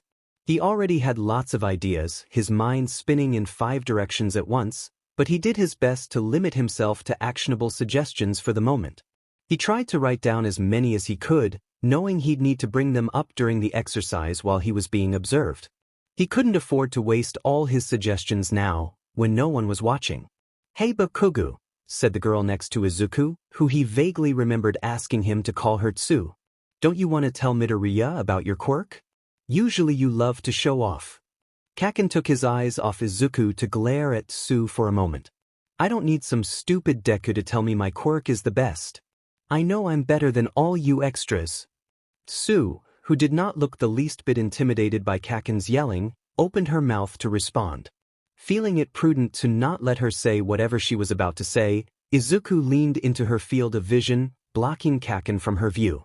Actually, Kaken and I have known each other since we were little, Izuku explained, hoping this would be enough to satisfy her. I already know all about his quirk. Well, that explains why you're so skilled, Bakugu, giggled the pink girl. If you've had a professional analyst in your corner from day one, I'll bet that was a huge advantage. What the hell did you just say? Kaken shouted, standing up from his seat to lean toward her menacingly. I don't need Deku's help with anything, or anyone's help for that matter. He's just a little bug I can squish whenever I want. With this he turned to Izuku, eyes full of fire and hands already starting to smoke. Izuku knew what was coming, and instinctively he curled in on himself, shielding his notebook with his body. That notebook was what was going to get him into the support course. He couldn't let it be destroyed. There was a loud boom, and again Izuku braced himself for pain, but after a few seconds when no pain was forthcoming he opened his eyes and looked up. Kirishima, who had been seated between Izuku and Kaken, had stood up from his seat as well, and was now standing right in what must have been the path of the explosion. His arms were hardened into jagged shields crossed in front of his face, both of them smeared with soot now. As Izuku watched he lowered his defenses to glare at Kaken, who had transferred his attention to this new opponent. Not cool bro, Kirishima said, sounding almost angry on Izuku's behalf. Midoriya's not a hero student, his intelligence quirk's not gonna protect him from a physical attack. Using your quirk on people who can't fight back is so unmanly. Kaken let out a roar of rage and moved his hand out toward Kirishima, but nothing happened. He blinked in confusion, then looked up toward the front of the bus, and when Izuku turned he could see Eraser glaring back at them, his hair up around his head and his eyes blazing red with his quirk. No quirk use on the bus, he said simply, then dropped his quirk and sat back in his seat.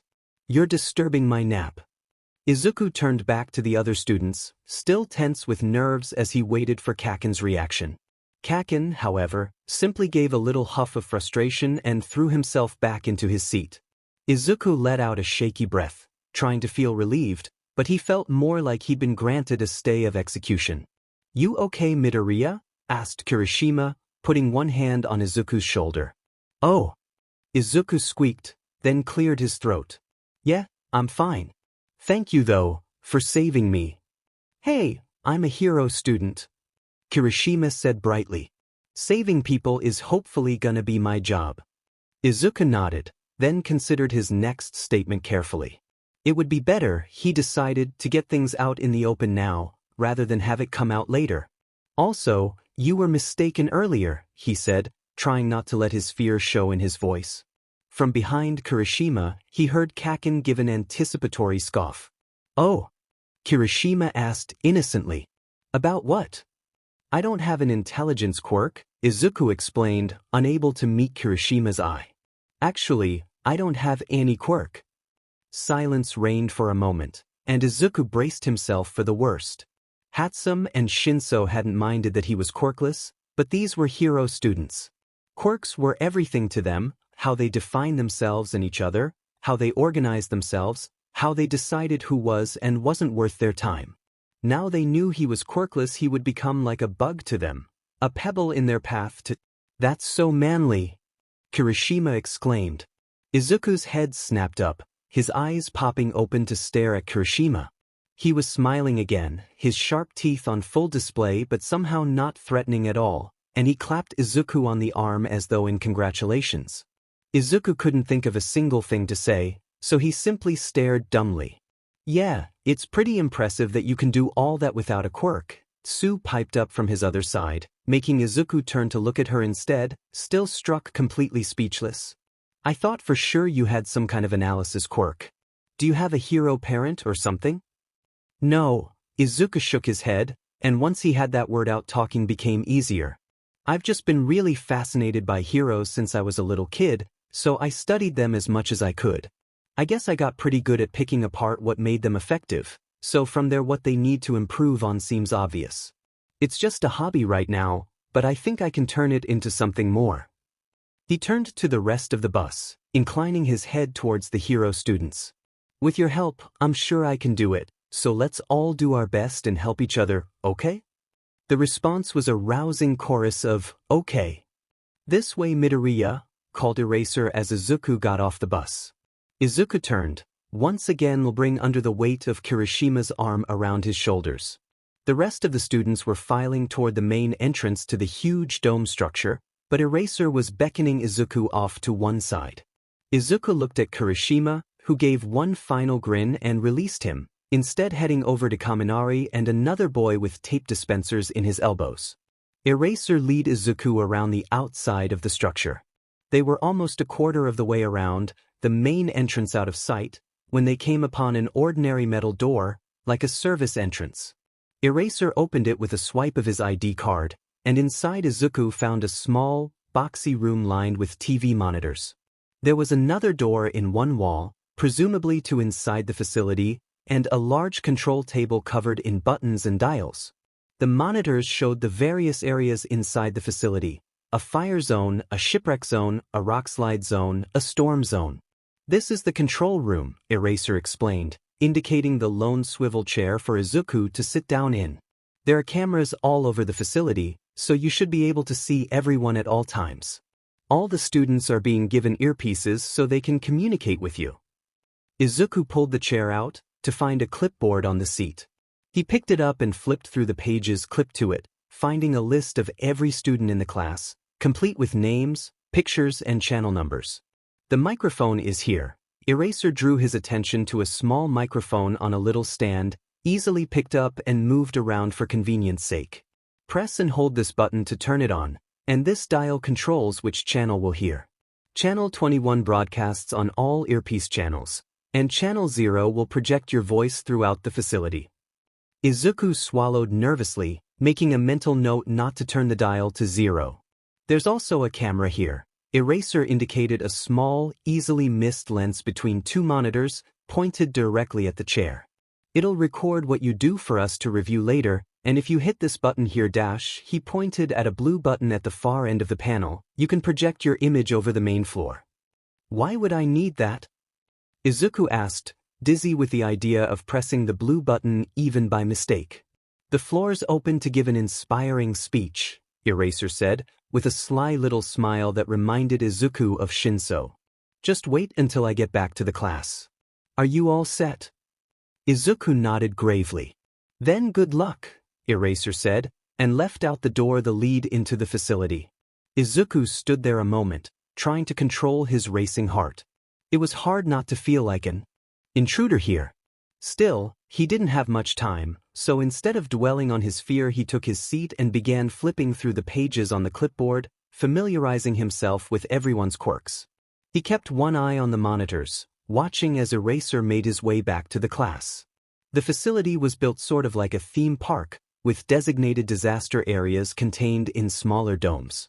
The center of the facility was an open plaza, and Eraser skirted the edge of this as he headed for the main staircase leading up to the entrance.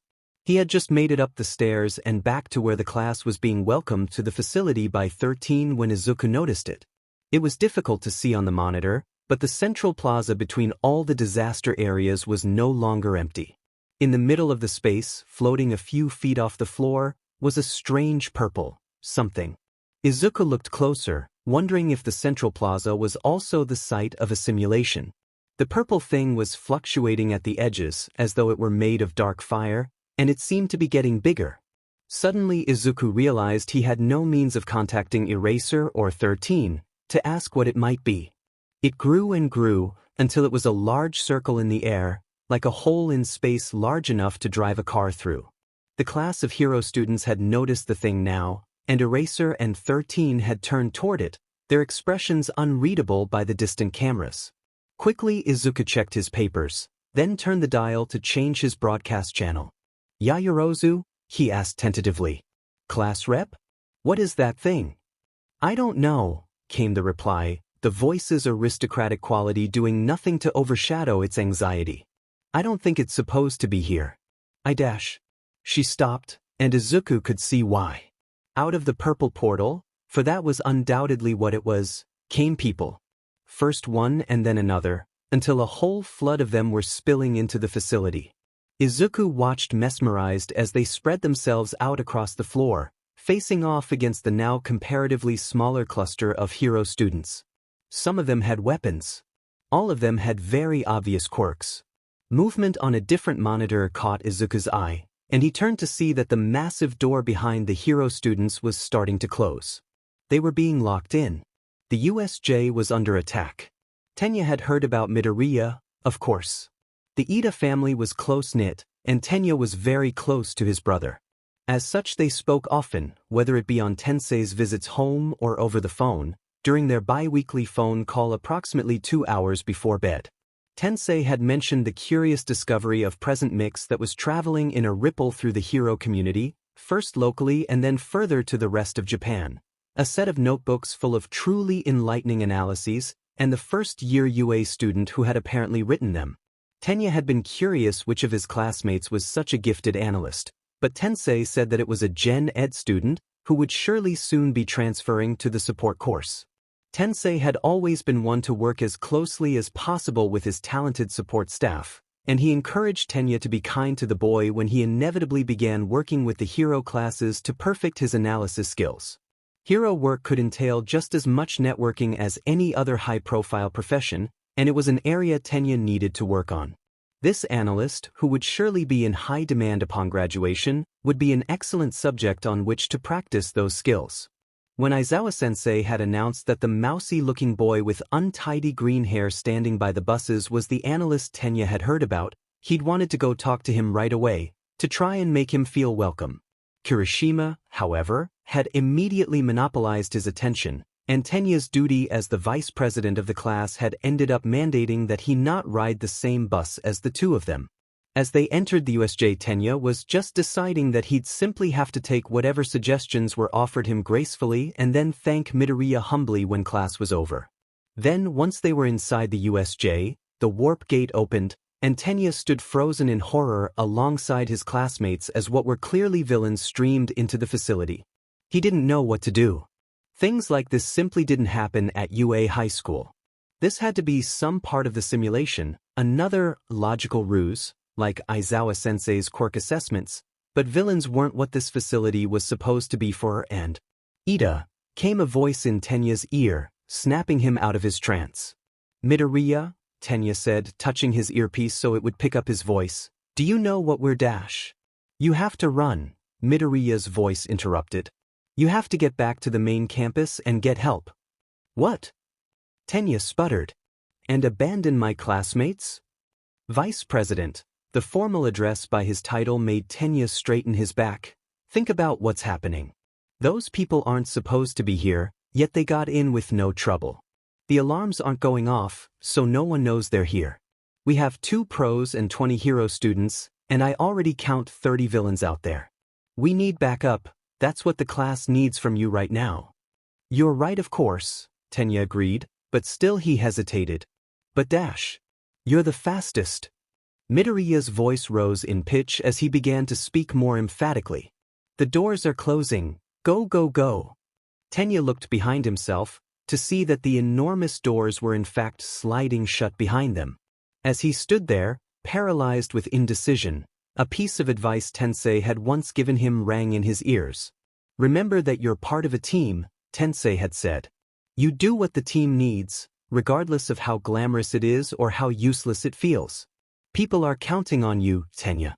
Without giving it another thought, Tenya revved his engines and shot straight through the gap in the doors. Once he was outside, he heard them close ominously behind him, but he paid them no attention. He had to get to the main campus. His classmates were counting on him. Izuku realized the flaw in his system as soon as he saw the class all react as one to something Eraser said. He could get in contact with the individual students through their earpieces, but not only did Eraser and 13 not have earpieces, but he couldn't hear what was going on out on the main floor. Judging by the way one of the villains, a gray-haired man with what looked like disembodied hands grasping him all over his body, was gesturing with his arms, he was saying something. The students and pros could hear it. Izuku could not. Yaoyorozu? He asked, turning the dial back to the class president's channel as soon as he had finished persuading Ida to get help.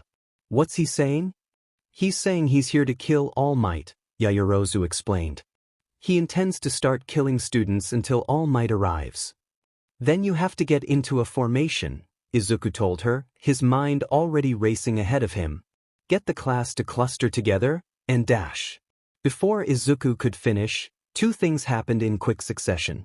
First, Eraser leaped down the stairs, throwing himself into the mass of villains to face them head-on. Izuku felt his heart jump into his throat as the vanguard turned their attention to the hero before them, already aiming what looked like projectile quirks at him.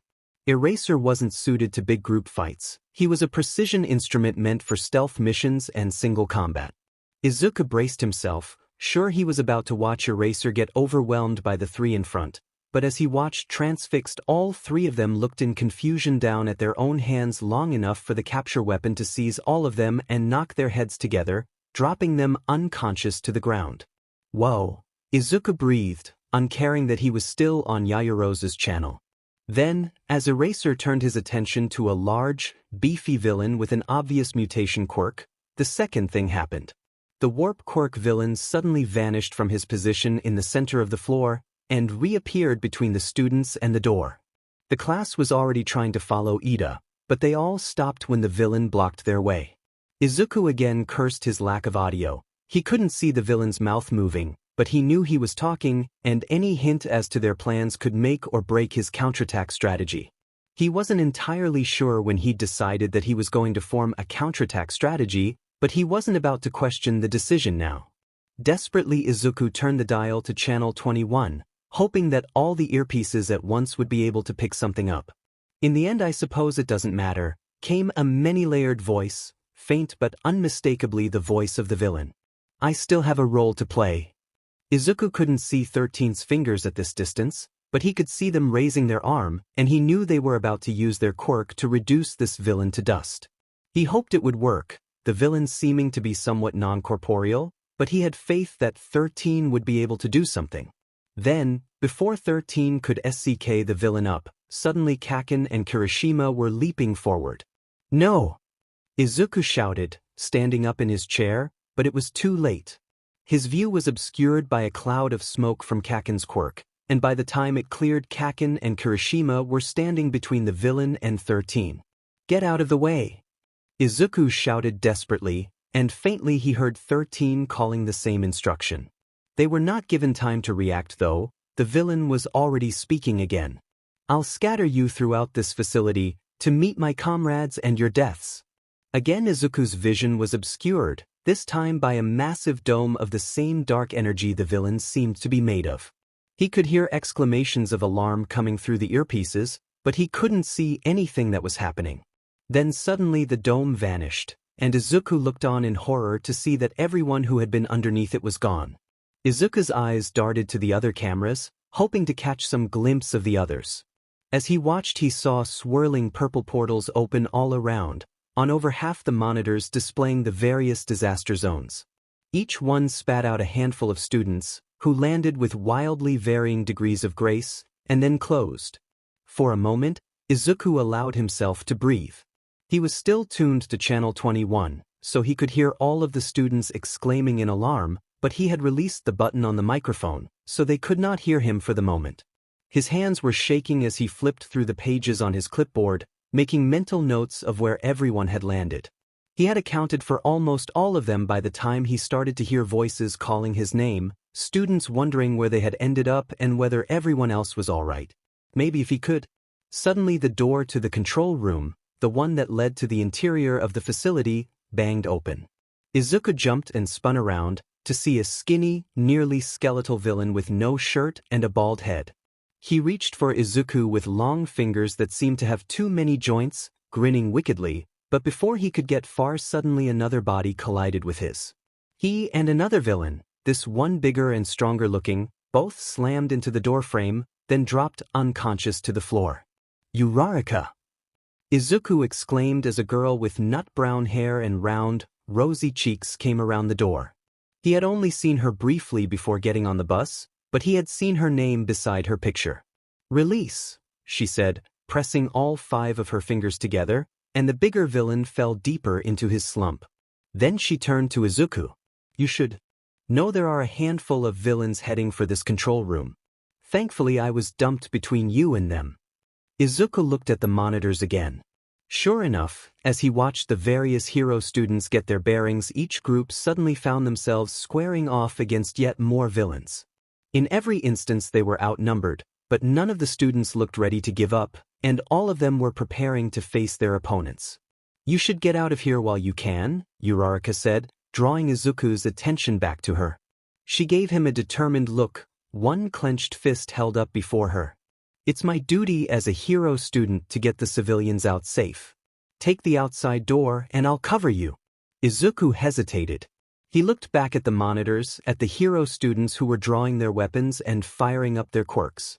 He looked at the door to the outside, to a retreat that would probably save his life. He looked at Uraraka, willing to go down fighting to give him a chance to escape. Izuku shook his head. "I have to stay and help," he said resolutely. "That's what I'm here for and that's what I'm going to do. If you can handle the villains for a little while, I think I can help guide everyone out of the areas where they've been trapped and get them back to the center.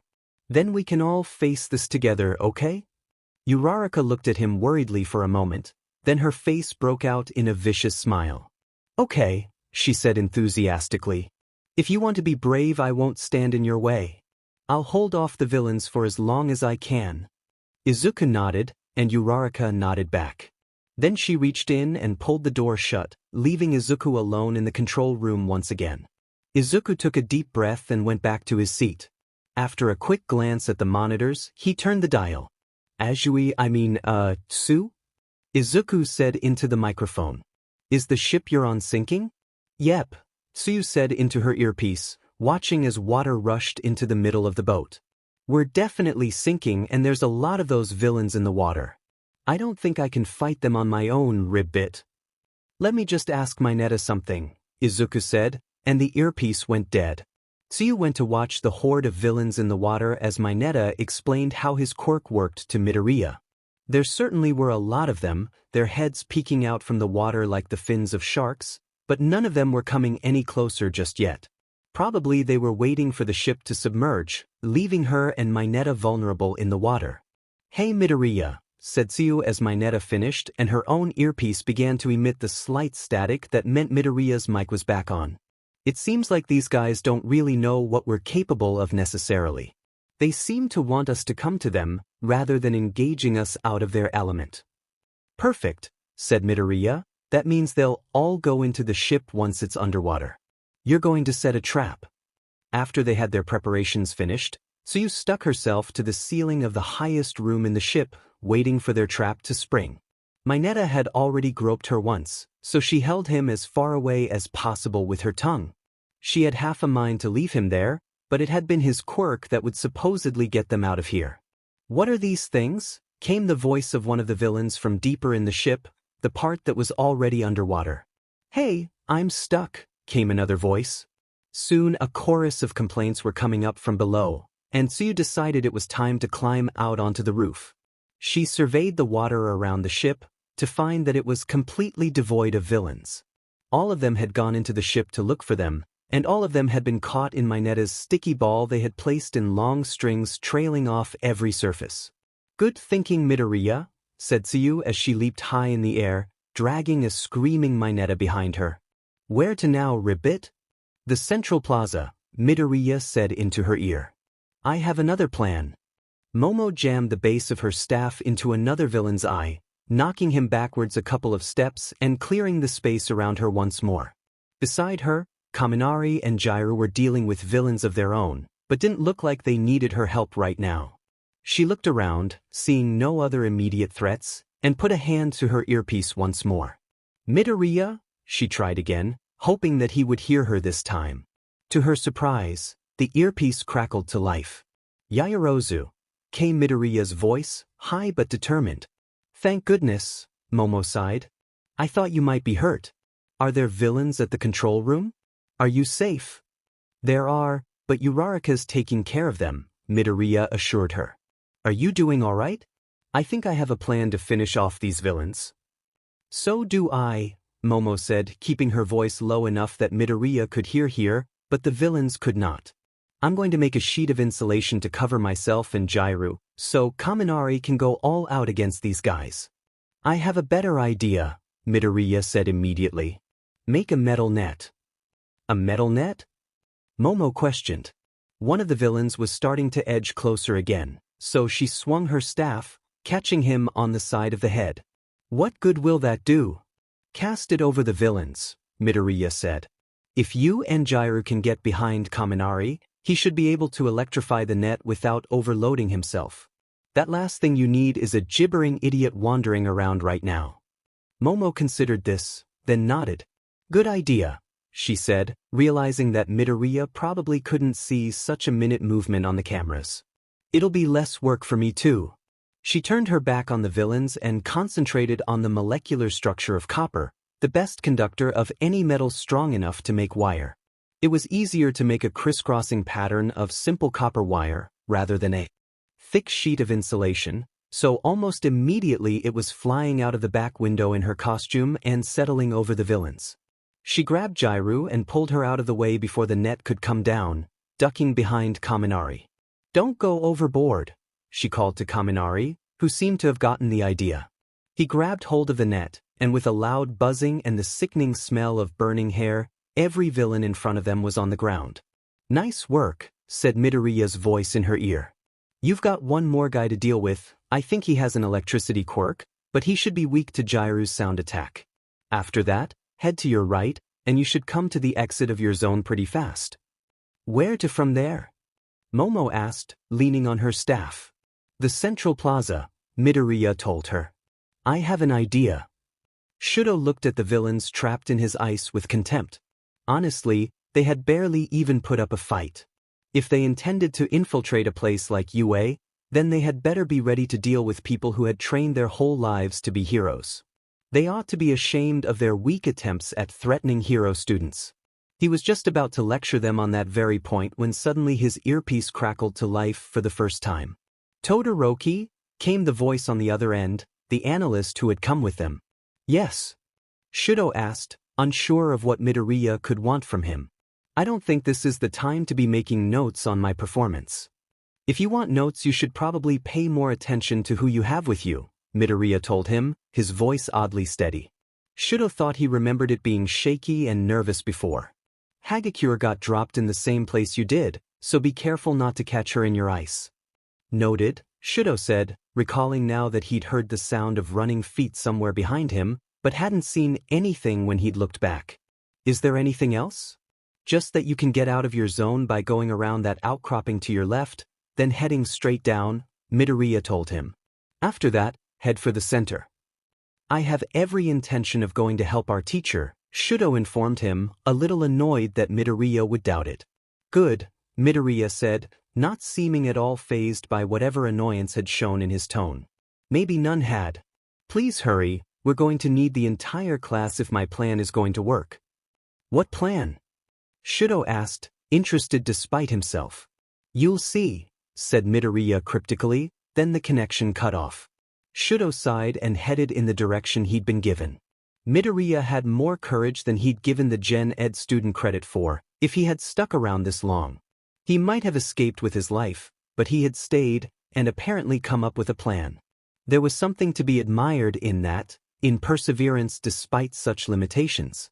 Shudo was certain his father wouldn't see it that way, so he decided to follow along with whatever scheme Midoriya was orchestrating. Anything that set him apart from Endeavor was a good idea. Idru felt really bad about getting in the way.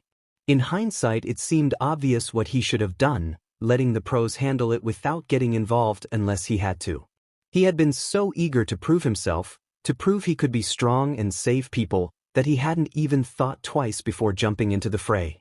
He had acted rashly, and he had endangered the lives of his classmates. This was all his fault. The only thing he could do now was try to be better, he thought as he smashed one hardened arm against a villain's skull. He had to get through this, take care of these thugs, and then get back to somewhere he could help. He knew Aizawa-sensei would have his hands full with the horde in the middle of the facility, so he had to do whatever he could to lighten that load. The villain who had spoken about All Might, and the villain with the warp quirk, seemed to be in charge. If he could take them out, the attack would be over. Beside him, Bakugo was making equally quick work of the villains that had come after them. He was brutally efficient, taking out first one and then another, none of them managing to pin or sneak up on him. Idru had to admit, the fire zone was a pretty ideal place for someone with an explosion quirk to be fighting. No risk of lighting anything on fire, when it was already burning. "Kirishima?" came Midoriya's voice in his ear, just as they were clearing a room. "Midoriya?" Idru asked, one hand to his earpiece. "You're in the control room, right? What's happening out there?" "I'm guiding everyone towards the center," Midoriya said. "Get out on the street, then I'll tell you which way to go." Without any more encouragement, Idru ran for the door. He could hear Bakugo yelling behind him, but the other boys seemed to be following, so he didn't look back. Once they were out on the street, Idru turned to him. "Midoriya's going to guide us out," he said, indicating his earpiece. "We should dash. Like hell, I'm listening to that little beastie." Bakugo yelled, explosions popping from his hands. "He's just trying to make me look bad. I'll find my own way out of here." With that, he took off down the street, running full tilt into the inferno. "Bakugo!" Idru called, but if Bakugo heard him, he didn't respond. Idru swore, looking after his classmate.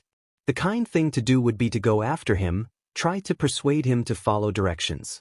An uncharitable part of his brain told him that none of the teachers had ever gotten Bakugo to follow directions, so his chances of achieving that were slim. Still, would it be a greater mistake to leave the rest of his classmates in the lurch? With another frustrated sound, Idru touched his earpiece. "Which way am I going, Midoriya?" he asked, turning away from where Bakugo had taken off. "Pretty much the opposite direction from Kaken," Midoriya said, sounding a little sheepish. "Go to the end of the next block, then hang a left. The exit should be right in front of you." Idru sprinted along the path Midoriya had laid out for him, trying not to breathe in the smoke. The air was hot and dry here, and it burned his lungs as he ran. At the end of the block he turned left, and sure enough saw a glowing exit sign not 10 yards ahead.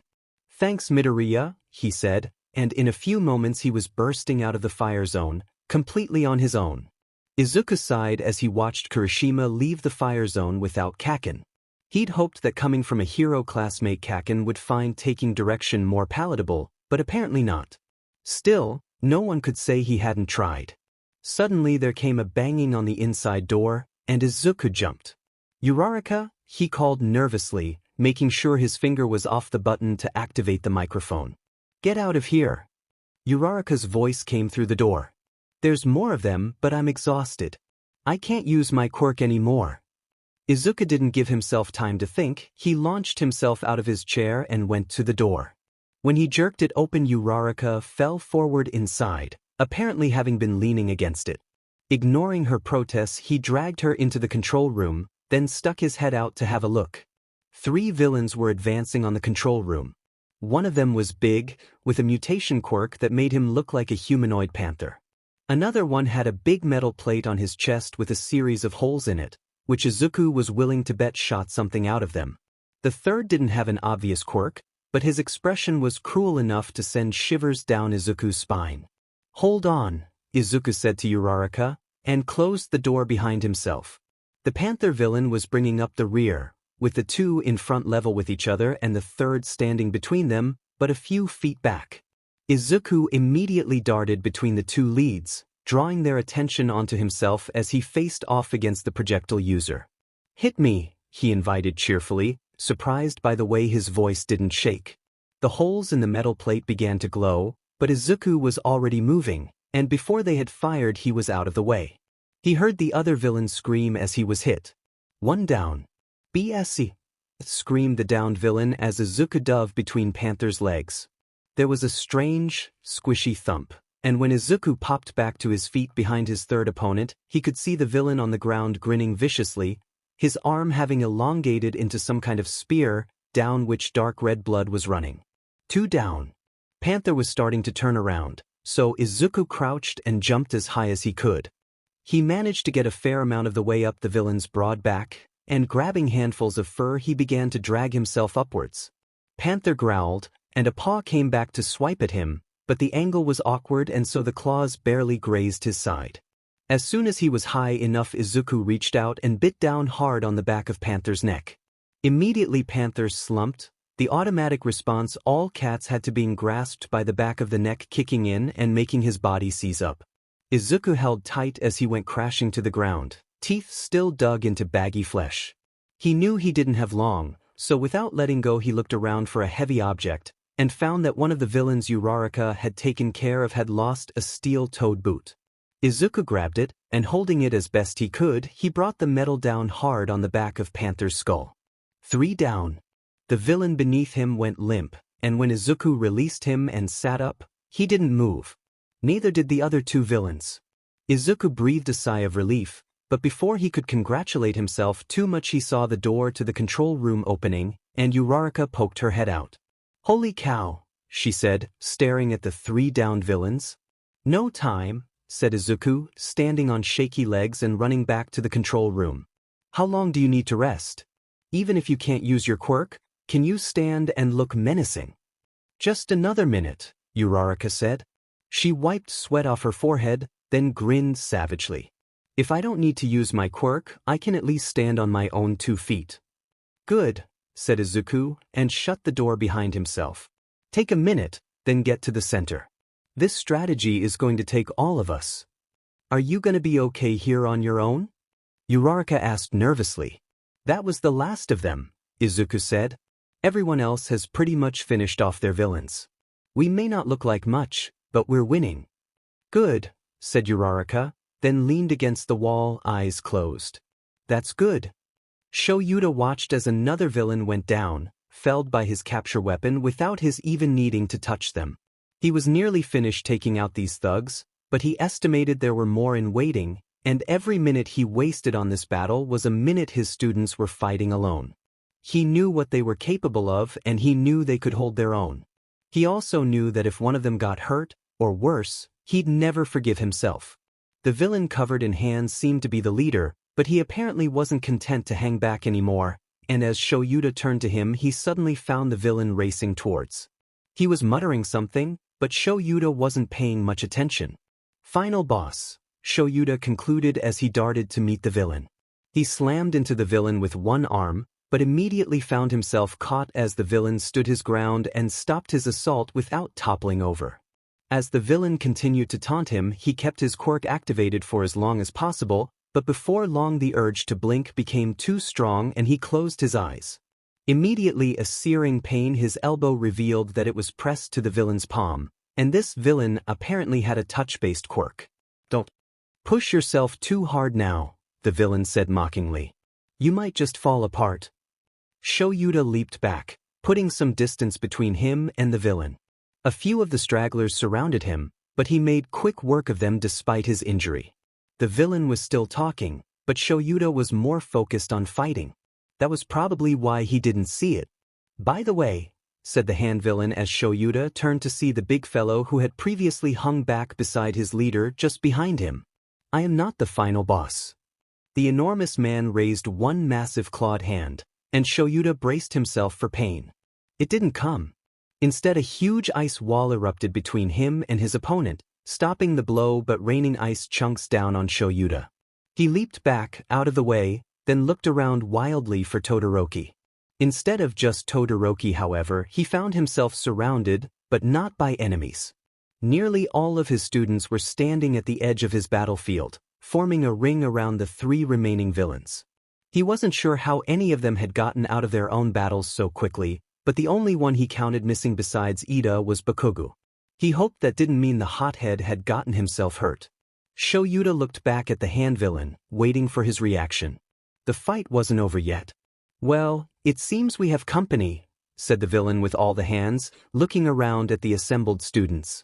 "I guess UA students really do live up to their school's reputation." Izuku, listening in on 18 out of 20 earpieces, took a deep breath. Now was the time. Everyone was assembled, which meant it was time for him to take the lead. If his plan was going to work, it would have to be now. He steeled his courage, turned the dial to channel 0, and pressed the blue button. "That's right," said Izuku, looking into the camera. He could see the holographic projection of a screen hovering over everything on the monitors. The positioning was a little off, but it was in full view of the villains. "Those students made pretty quick work of your forces, and now I'd say they're a little bit ticked off. You're the only one left for them to take that anger out on." Quickly he switched the dial to channel 21 again, anxious to hear what the villain would say to that. "This isn't right," the villain was saying. less to Izuku and more to himself. This isn't right. All Might was supposed to be here. My Nomu was supposed to destroy him. I checked the news on my way into school today. Izuku informed him, trying to sound authoritative, not sure he managed it. All Might stopped 3 different crimes in the time it took me to ride the train. Clearly he has better things to do than teach a class today. The schedule said he would be here, snapped the villain, answering one question for Izuku. What do you want to bet on? Izuku asked. A heroes need to do good, or a list of things that were supposed to happen? The villain growled, scratching agitatedly at his neck. No fair, he said indignantly. My Nomu has 3 of the best quirks, the perfect combination for destroying All Might. How can I kill him if he won't come out and face me? 3 quirks? How was that possible? He had to be some kind of genetic experiment. Izuku's mind reeled, but he forced himself to focus on the task at hand. Sounds like you better rethink your plan, Izuku said. He was speaking louder now, and though he was unsure of why, it made his voice steadier. Better to take your tinker toy and try again another day. Why should I? The villain said petulantly. My Nomu can take out all of you, and still beat All Might when it's done. Can it? Izuku couldn't raise one eyebrow, but he gave his best condescending look. You're surrounded by a whole class of hero students and a pro. They've wiped the floor with every villain you brought with you, and they're not prone to giving up. Do you think Nomu can take them? All of them? The villain growled again, but said nothing. He scratched his neck, looking left and right, trying to make a decision. Tamura Shigaraki, said the Warp Quirk villain suddenly, drawing the hand villain's attention. It may be time for a tactical retreat. We may win this fight, but at what cost? Perhaps it is better to withdraw. Izuku said nothing. The hero students said nothing. Eraserhead said nothing. The whole facility was quiet as they waited for the villain's Shigaraki's decision. Fine, said Shigaraki. Take us home, Kurogyri. The warp villain made another dome, this one encompassing Shigaraki and the Nomu. Eraser had to jump out of the way to avoid being caught as well, but he managed to stumble away before the circle of dark energy vanished, taking with it the leaders of the villains. In their wake they left nothing but a wall of ice and the scattered, unconscious bodies of their comrades. There was no one left to fight. A cheer went up from the hero students, and as Izuku watched, even Eraser's shoulders slumped in relief. Izuku hit the blue button again, banishing the holographic screen, before collapsing back in his chair. All the strength seemed to have gone out of him, leaving him bone-weary and exhausted. It was over. It was over. Midoriya, came a voice through the speaker, and Izuku had to think for a moment to identify it as Todoroki's. Yeah, he replied, turning the dial to the proper channel. You realize you may have made yourself a target of this villain, don't you? Asked Todoroki's voice. There was something in it, almost like worry, but he was too stoic for Izuku to be sure. Someone like him doesn't forget being bested like this. Izuku gave a faint smile, even though Todoroki couldn't see him. If it gets everyone out of here safe, then it's worth any risk to me. There was a moment of silence, during which Izuku wondered if Todoroki was done talking to him. That's very brave of you, Todoroki said at last. No, it's not, Izuku shook his head. Tiredly. Yes, said Todoroki. It is. All right, Izuku admitted, maybe it isn't over yet. Hizashi bolted down the stairs, uncaring of how dignified it was or wasn't to rush in. As he went, he counted students. Gathered in a ring around Shoyuda, there were 18 total. With Ida amongst the reinforcements, there should be 20 counting Midoriya. Where was Midoriya? He took the last few stairs at a flying leap, using a slight burst of his quirk to break his fall. All the villains seemed to be down, unconscious or immobile on the floor. None of the students he could see were hurt, or at least not hurt enough for it to be pressing, so he darted between Tokoyami and Hagakure and went immediately to Shoyuda. Where's Midoriya? He asked urgently, gripping Shoyuda by the arms. Shoyuda grunted as though in pain, and Hizashi looked down to see that his elbow seemed to be missing most of its skin, bloody flesh exposed as though the outer layer had been peeled away. You're hurt! Hizashi cried, a little louder than he'd meant to, judging by Shuda's wince. I'm fine, Shoyuda assured him, straightening a little. Midoriya's in the control room, but you might want to go check on him. Uraraka came from that direction, and she's in pretty bad shape. Hizashi looked over in the direction of the control room, to find that Uraraka had indeed collapsed to the floor. She was being tended to by Yaoyorozu, who had produced a paper fan and was vigorously waving it at Uraraka's shining face. He looked back at Shoyuta, guilt gnawing at him, unsure of where he should be. Would any of the villains even be interested in the control room? Hizashi asked, trying to make the choice easier. If not before, they are now, Shoyuta told him. He put on a truly heroic display, got the leaders to retreat. If any villains are still conscious, that's where they'll be headed. A heroic display? Hizashi mused, more to cover his hesitation than anything. He knew Shoyuta would tell him all about it later. I'm fine, Shoyuta repeated, and suddenly his scarf wrapped around his injured arm, becoming a bandage as easily as it became a weapon. Go check on your problem child. Reluctantly, Hizashi left Shoyuta to the others and ran for the control room. He paused briefly at Uraraka, but Yaoyorozu had evidently overheard their conversation and waved him on. It was some distance away, but the facility had a relatively open floor plan, so it came into view fairly quickly. Hizashi squinted as he approached, seeing that there was someone by the door. As he got closer, he could see more clearly. The figure was too tall to be Midoriya. Hizashi drew breath, ready to blast the villain into next week with his voice, but before he could shout, suddenly there was a loud thud like a door slamming, and the man crumpled to the ground. As Hizashi's strides ate up the distance, he saw the door open again, and Midoriya stepped out. He looked down at the villain, almost as though surprised that his attack had worked, but he looked up when he heard Hizashi's hurried footfalls. Midoriya! Hizashi cried, letting out a great rush of breath but careful not to use his quirk. Midoriya's eyes widened when he saw Hizashi, and he immediately stepped around the fallen villain to meet him. Hizashi dropped to his knees as soon as he reached Midoriya, catching the boy up in his arms and hugging him close to his chest. He squeezed tight, but Midoriya let out a little cry of pain, and Hizashi released him to see that his uniform was torn and blood-stained on one side. Demenit! Hizashi swore, uncaring of the little squeak of surprise Midoriya let out. He lifted the jacket and undershirt, to see 4 shallow claw marks in the boy's side. How did this happen? Are you hurt anywhere else? Midoriya pointed at another one of the unconscious villains littered around the floor, a larger one that looked like a panther. The claws on his right hand were blood-stained, and Hizashi fought the urge to blast an opponent already defeated into next week. He got me before I got him, Midoriya explained simply. They're not deep. It still shouldn't have happened, Hizashi insisted. He had nothing to press against the wound, but thankfully it wasn't bleeding much. None of this should have happened, Midoriya pointed out reasonably. Really, sensei, I'm fine. Hizashi paused, staring at the child before him. Midoriya had never called him anything but sir before, and this change, with nothing to mark it, seemed significant. Hizashi had been called sensei by many students before. Somehow this title from Midoriya's mouth meant more than all of them. It meant something entirely different. You're very brave, lil listener, Hizashi said, instead of commenting on his change of title.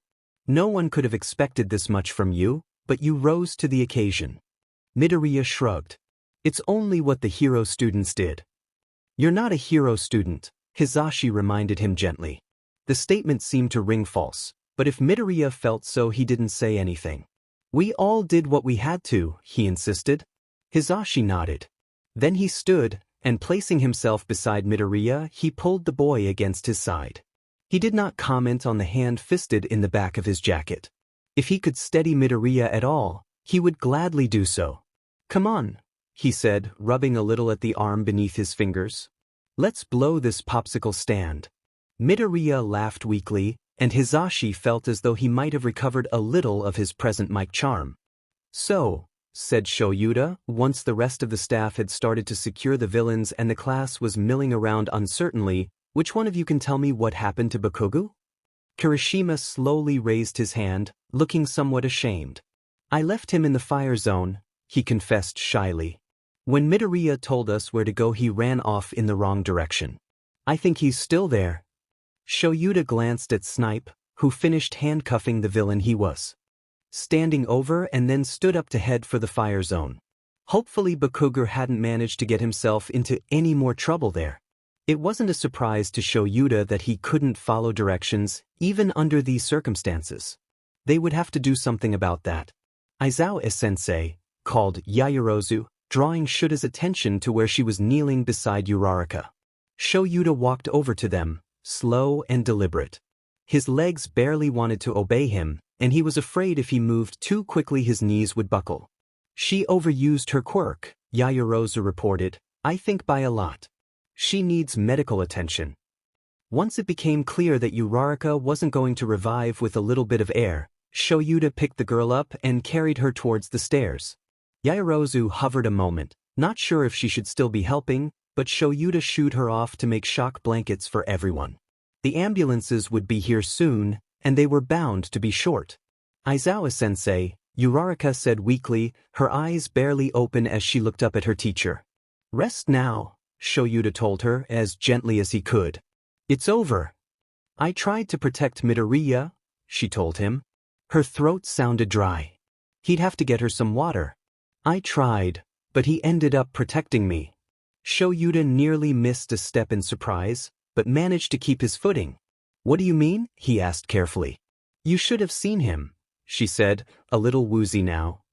He took out those 3 villains like it was nothing. You were all very brave today, Shoyuta said, even as his stress-scrambled brain began once more to connect one thought with another. Midoriya had taken out villains. 3 of them at least. There might have been more after Uraraka left, or before Hizashi arrived. These might have been low-level thugs, but they were career criminals. A quirkless Gen Ed student taking out 3 of them was no joke. I'm sure Midoriya did his best, Shoyuta continued, when Uraraka didn't respond. Her eyes were closed, and he almost thought she might have been asleep when suddenly they fluttered open again. He fought like any other hero student, she said, then slumped in his arms with her head on his chest. Like any other hero student, huh? Shoyuta whispered to himself. That was certainly an interesting development. It was hard to sit through normal classes while Midoriya was off proving himself. Hitoshi hadn't thought it would be this hard. He sat at his desk, alternately trying to pay attention and gazing out the window, wondering how it was going.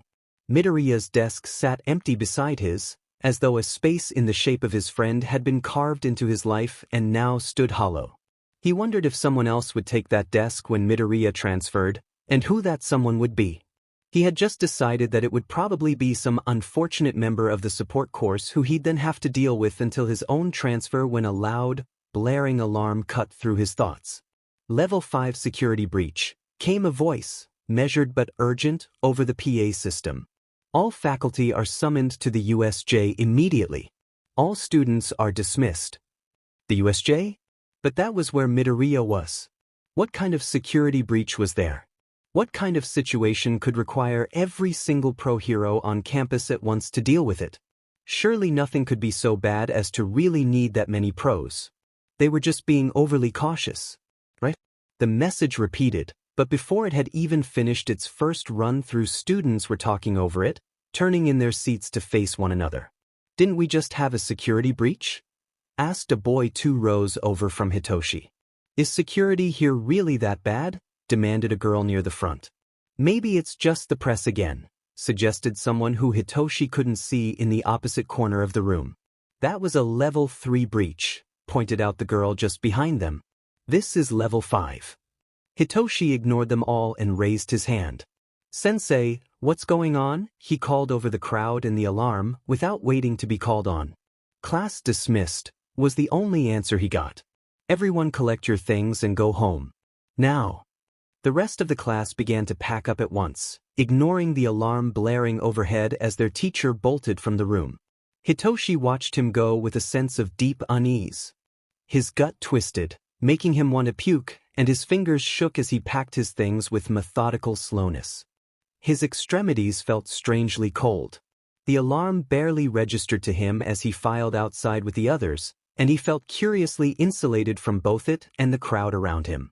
Once he was outside it was quieter, but he didn't join the throng heading for the main gate, leaving it even further behind. Instead he stepped to one side of the main stairs, sheltering behind the low wall flanking them, and waited. The staff, all the non-heroes who worked at UA, were shepherding students out and away from the school, but he ducked down when one of them looked at him. He wasn't going anywhere until he got some answers. "Hey," said a voice behind him, startling him as he risked a peek beyond the wall. "What the hell?" he cried, the sound only covered by the loudness of the alarm, and whirled around to see Hatsum crouching beside him. "Did Midoriya come back yet?" she asked urgently, apparently uncaring that she'd managed to surprise him.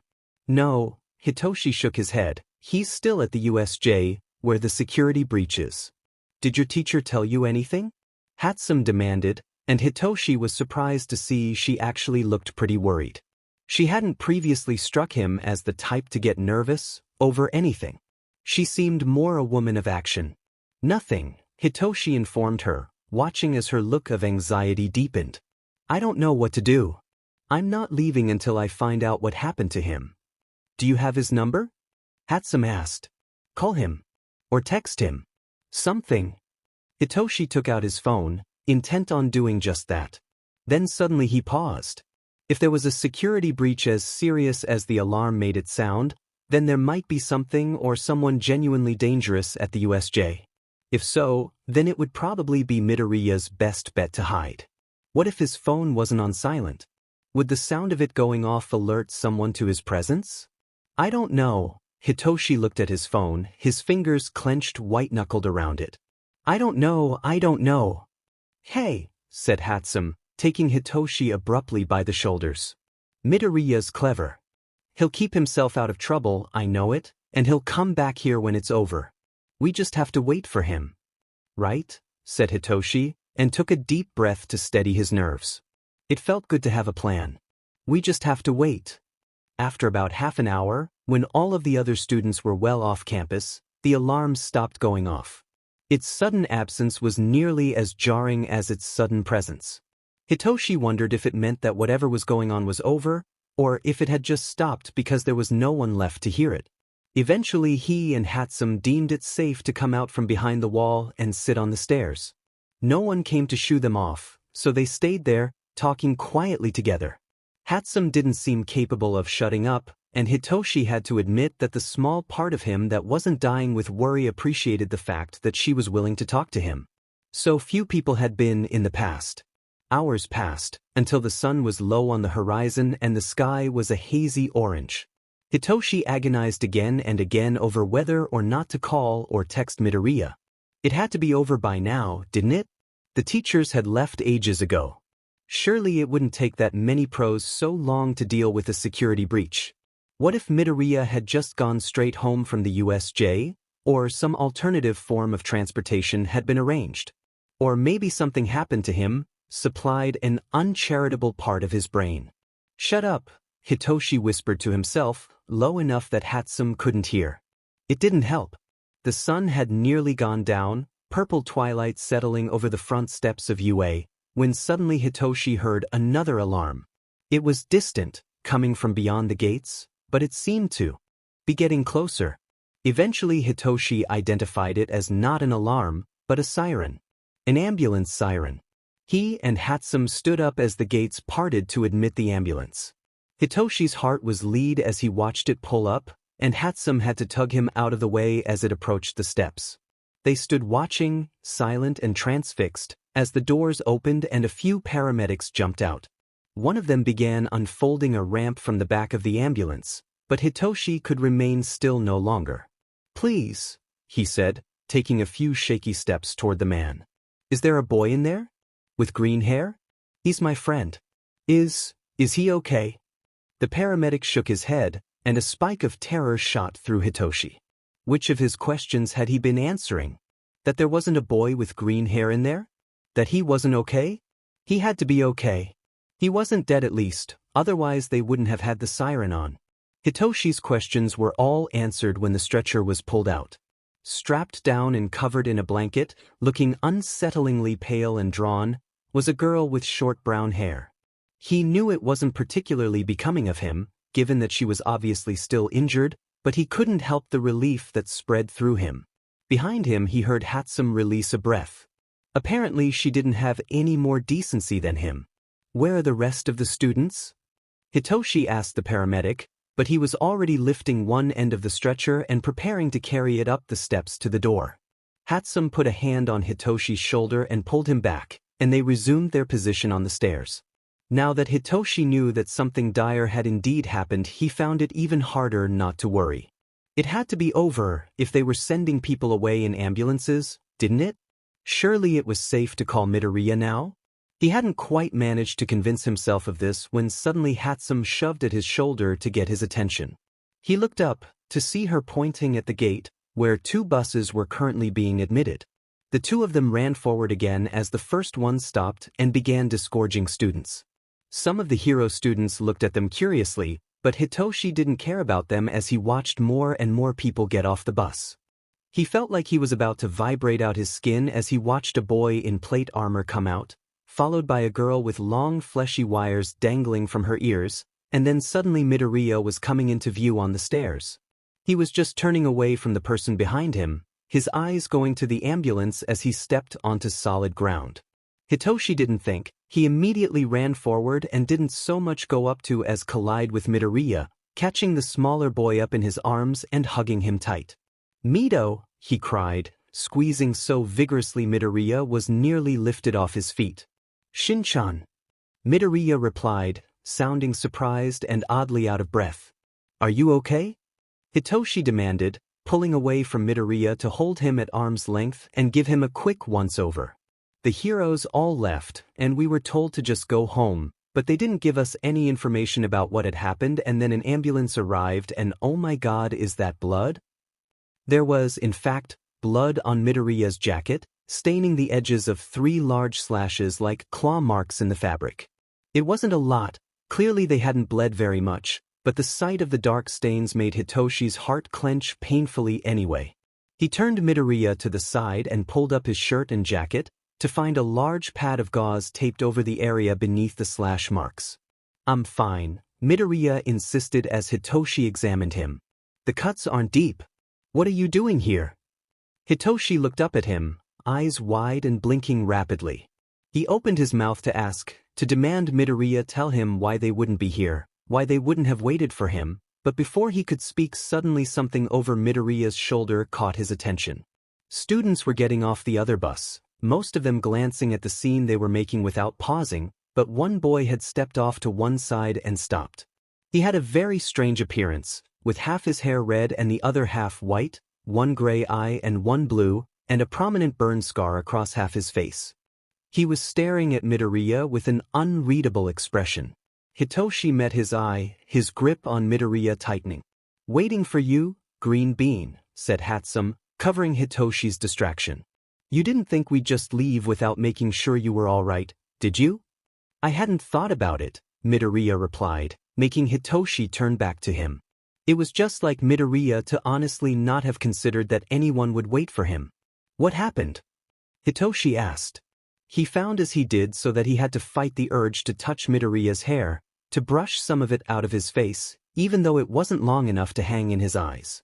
"We got attacked by a bunch of villains," said a new voice, striking Hitoshi with how strangely chipper it was. He looked up to see a boy with spiky red hair and no shirt on the stairs of the bus behind Midoriya. He was smiling with a mouthful of very sharp teeth, and he didn't look at all worse for wear it being caught in such an attack. Immediately Hitoshi went on the defensive. Did he think this was some kind of game? Someone had gotten hurt. Was this playtime for him, while civilians came away bloodied? Abruptly Midoriya took Hitoshi by the arm and towed him back towards Hatsum, letting the sharp-toothed boy step off the bus. Behind him came a girl with pink skin and 2 small horns amid her equally pink hair. Hitoshi regarded them both with suspicion, then suddenly remembered the boy with the 2-toned hair. He looked back, but the boy was gone. "Who are your friends, Midoriya?"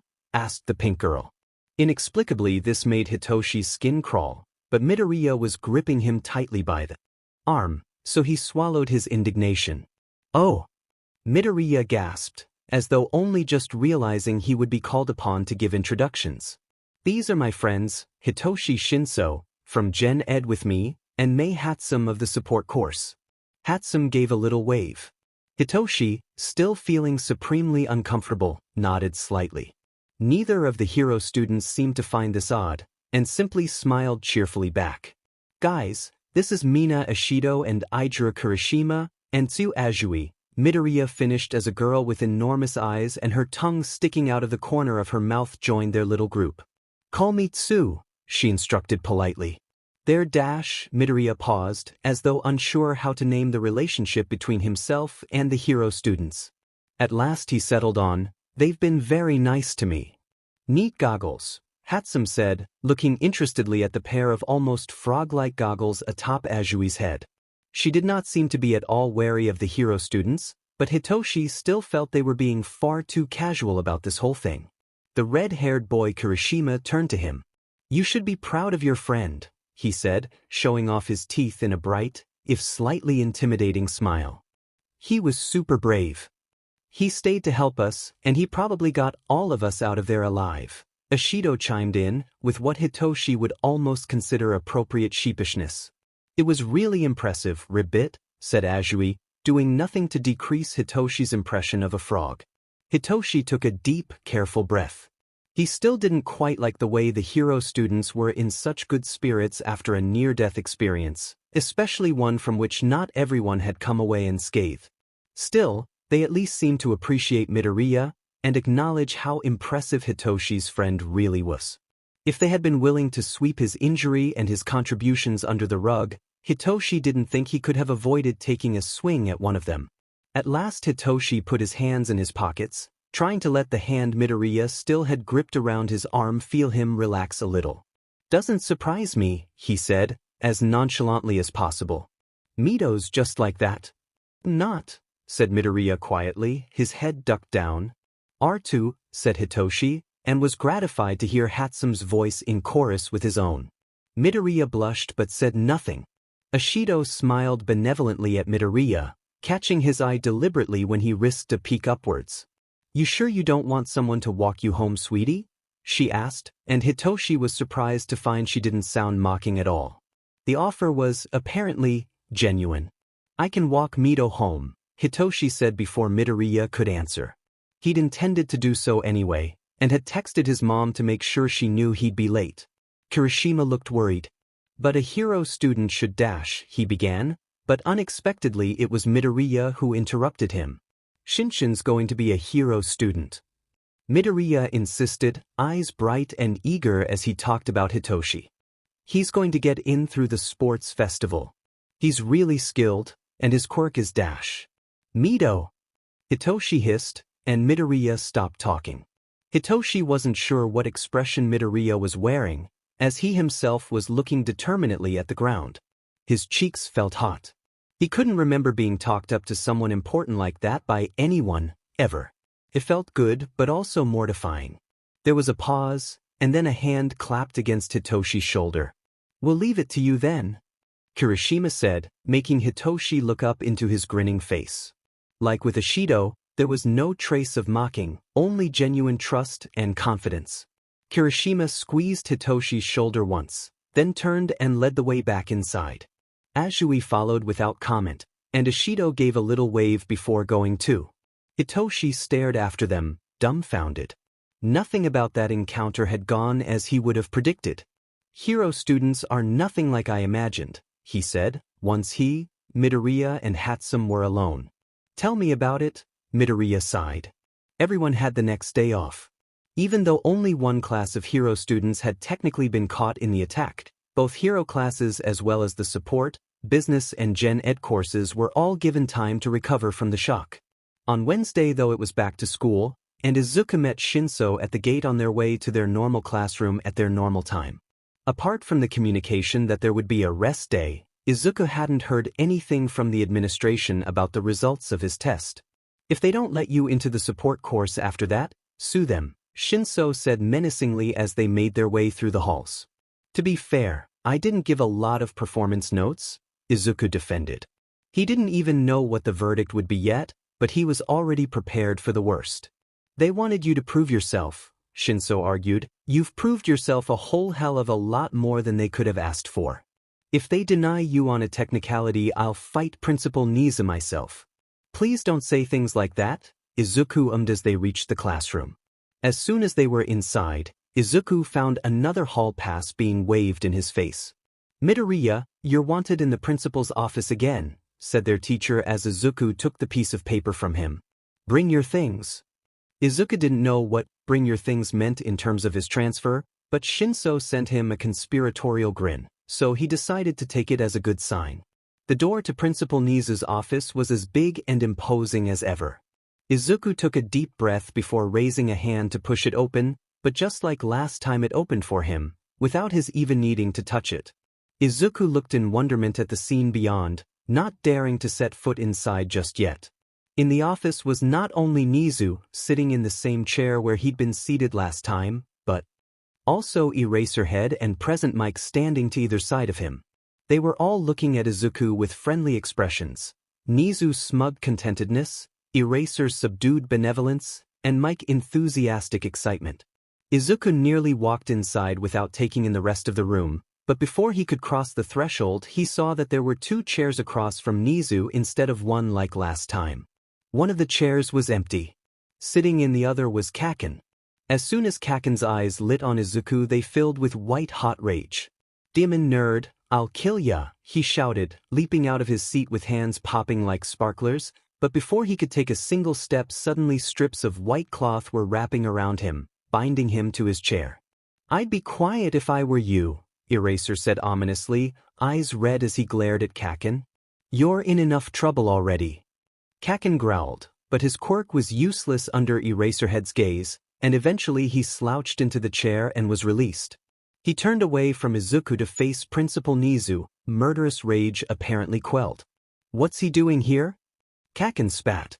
"He's got nothing to do with my attitude, or whatever excuse you're finding to get me in trouble."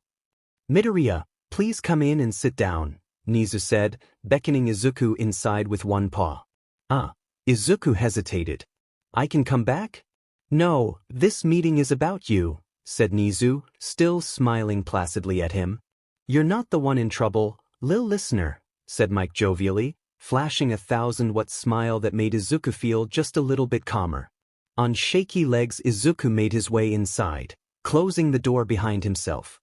He sat in the chair beside Kaken, trying not to look at the other boy, or feel the way his eyes were burning a hole in the side of his head. "Now, I'm sure you've been awaiting the results of your support course entrance exam with bated breath," Nizu said brightly. "Yes, sir," Izuku admitted. It had seemed so natural to speak firmly and clearly when he was in the control room. Here it sounded like his voice was ready to shatter at any moment. "I'm pleased to inform you that you passed," Nizu chirped. "You will, if you so longing, be immediately transferred to the support course. Power Loader is very eager to have an analyst in his class. It's been a few years since our last one, and she's gone on to a very promising career as a performance analyst working directly for the Hero Public Safety Commission." Izuku's eyes went wide. A performance analyst? He'd never heard of the position, but it sounded like just the kind of thing he was good at.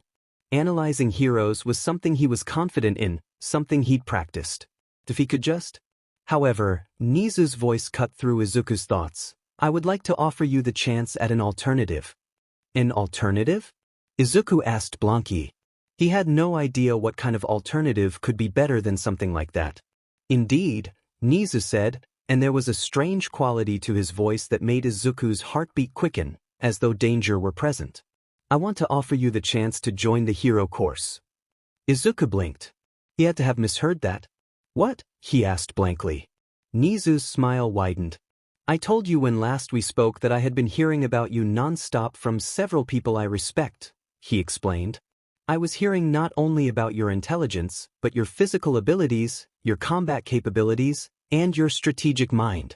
I must say, I was impressed with you long before I saw the videos from the USJ attack." "You were?" Izuku asked, his head reeling, his heart threatening to burst. "I was," Nizu confirmed.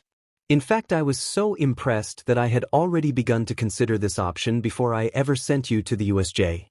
It was only your lack of enthusiasm that held me back, but I would be a fool not to at least offer someone with your potential a chance at the hero course." "But I don't have a quirk," Izuku protested. the only thought that would stay together in his head. He couldn't be a hero if he didn't have a quirk. Surely Nizu was. Are you kidding me? Exploded Kakin, abruptly reminding Izuku that he was right there beside him. Deku can't be a hero, he's just a defenseless little weakling. He'd curl up and die if he were put in a fight against a real hero. If that is your position, you will be given a chance to prove it, Nizu informed him calmly. Both Izuku and Kakin stared at him. What the hell? Kakin demanded. I'll prove it right now, just dash. That brings me to the issue of you, Nizu interrupted, and Kakin fell silent. I have also been hearing about you with a degree of regularity over the past few weeks. You seemed at first glance to have even more potential than Midoriya, but thus far your performance in your heroics lessons has been very poor indeed. Not my fault we have to hold back so much, Kakin argued. If you'd let me go all out, I'd show you. It is your failure to rein yourself in adequately that is hindering you, Nizu countered, with a slight emphasis on the word failure that Izuku heard Kakin growl at. Your refusal to follow instructions, penchant for wanton destruction, consistent brutality against other students, as well as a few other accusations dash. That's the kind of stuff D-listers who can't cut it have to worry about. Kakin protested. I'm going to be number one, no one will notice any of that stuff about me. I assure you they will, Nizu said, and while his demeanor remained placid in the face of Kakin's anger, Izuku could see he was getting a little tired of being interrupted. Yeah right, Kakin scoffed, throwing himself against the back of his chair. When it became clear Kakin wasn't going to protest any further, Nizu went on. Placed in the context of the recent attack on a UA facility, both your situations have been thrown into stark relief. Midoriya, your efforts were instrumental in repelling the attack, and for that we are grateful. Diamond Biester didn't even fight any villains, Kakin huffed, but for once he didn't shout. Izuku felt it prudent not to correct him, and instead focused on Nizu's words. Bakugo, we would never dream of disciplining a student for their behavior under such dire circumstances, Nizu said, voice strangely tight and stiff. However, the incident has drawn attention to how some of your attitude problems can become exponentially bigger concerns when combined with real danger. I believe I have a solution. If you think this little weakling could ever be of any use to me or anyone, you've got another thing dash, Kakin began at a shout, but fell silent when he was interrupted. We will hold an official exam match, interjected Nizu, between Midoriya and Bakugo. The winner will be admitted to the hero course, and the loser will become a member of the Gen Ed course. There was silence for a moment, and Izuku took advantage of it to try and force the idea through his brain. He could get into the hero course. He had the chance to get into the hero course. To do it, he'd have to defeat Kakin. He would have to fight Kakin and win. If he won, and that was a big if, it would ruin Kakin's chances of becoming a hero, or at least set them back significantly. He would be standing in the way of a future hero, a truly great one at that. But then again, if what Nizu said was true, wasn't Kakin standing in his own way? Izuku reflexively glanced over at Kakin, lost in his own musings and expecting to find Kakin frozen with indignation. Instead, when he turned to the other boy, he found Kakin looking at him, a wide, cruel smile stretching his face and narrowing his eyes. A shiver ran down Izuku's spine at that look, familiar as it was from their middle school days. It was a look that said he was in for a world of pain. Deal, said Kakin, voice low and rough from shouting. It would be up to you, Midoriya, said Nizu, before Izuku could answer. You don't have to agree to the arrangement, and indeed you may not want to. I'm not in the habit of allowing students to jump from course to course. If you do this, you forfeit your chance at the support course. If you lose, you go back to Gen Ed. Izuku stared at Nizu, at his calm, friendly smile. He was desperate for a hint at what he should do, but Nizu betrayed nothing. Izuku looked at Eraserhead, but he was still glaring disapprovingly at Kakin, not even paying attention to Izuku or his decision. He glanced over at Present Mike to find him smiling encouragingly, but with that same deliberateness he'd noticed during their discussion at the gym, and Izuku couldn't pick apart what it meant. What's the matter, Deku? Asked Kakin meanly. Scared. Of course he was scared. This had to be the biggest decision of his life, something that would alter his future forever. He was supposed to make it right now? He thought of what everyone had said about him over the last week, about how good his analysis was, about how useful it would be to heroes if he became a professional analyst. He thought about why he had started his analysis, how badly he'd wanted to be a hero for so long. He thought about how it had felt when the doctor had told him he would never have a quirk, and how his mother had held him and cried when he'd said he would still be a hero. Izuku stood up from his chair and bent stiffly at the waist in a formal bow. "Principal Nizu," Izuku said slowly. "Thank you very much for this opportunity. I agreed to the exam match as a means of testing whether I'm worthy of the hero course. I promise to do my best." He looked up to find Nizu smiling a wide, nearly manic smile. "Excellent. So when's the match going to be?" Shinso asked as they did their warm-up stretches. "End of next week," Izuku said, voice strained as he leaned into a particularly hard stretch. His muscles were extremely tense today. "We'll do that instead of the heroics lesson next Friday." "Less than 2 weeks to prepare," Shinso said grimly. "That's not much time." "It'll have to be enough," Izuku said, trying to swallow his anxiety. "Everything's riding on this, I can't afford to lose." "I'm just glad you finally believe in yourself," Shinso said with a slight laugh. Izuku turned to him, mid-stretch. "What do you mean?" he asked. "I hadn't even been considering trying for the hero course before now dash." "Exactly," Shinso interrupted. He stood up from his stretch and looked at Izuku, his gaze warm and fond. "Before this you didn't even think you could try to be a hero. I'm glad you're finally ready to fight for your dream." "But, the support course dash," Izuku began, also straightening, but before he could finish Shinso was shaking his head. "That was never what you wanted," he said. "Not really. You were settling. I'm glad you're not willing to settle anymore." Izuku smiled, feeling tears prickling at his eyes. He hadn't needed to tell Shinso how badly he'd wanted to be a hero. Shinso had seen. He'd noticed, and what was more, he'd cared enough to notice. He was willing to support Izuku in chasing that dream, and Izuku was suddenly overwhelmed with gratitude to have such a friend. "Thank you, Shinchan," Izuku said, voice quavering with barely suppressed emotion. He didn't want to start crying right now. Shinso shrugged. "Not that big a deal." Izuku opened his mouth to say that it was a big deal, to tell Shinso how much he appreciated him, when suddenly the door to the gym burst open. Shinso and Izuku turned to see a whole crowd of people flooding in. It took him a second to register who they were, but then he realized they were all members of Class 1A. In fact, it was most of Class 1A. "Midoriya," called Uraraka from the front, waving as she led the parade of students into the gym. "Fancy meeting you here." "Uraraka," Izuku called back. "You're looking much better today. Did you guys want to use this gym? We can move dash." "No, silly," Uraraka said, grinning from ear to ear. "We're here to help you train." Izuku stared at her, mouth open. "What?" "We all discussed it as a class," said Ida, stepping forward and adjusting his glasses. "We decided it's simply unfair that Bakugo has had weeks of hero training and you haven't, and yet you will be expected to compete as equals. You would be at a decided disadvantage going in, so we're here to help you prepare. We're going to give you a crash course in heroics," Kaminari said with a grin. "Everything we've learned since the beginning of the year. Of course it would also be unfair for us to help you train while Bakugo trained alone," Ida said, making an odd chopping motion with his hand, "so Yaoyorozu and Kirishima have kindly offered to train with him while the rest of us train you. I believe this distribution of resources will result in as equal a competition as possible." "Are you serious?" Izuku asks, his voice high and fragile as his heart swelled with emotion. "You'd really do that for me?" "Of course," Uraraka said brightly, giving Izuku a thumbs up. "After what you did for us, it's the least we can do."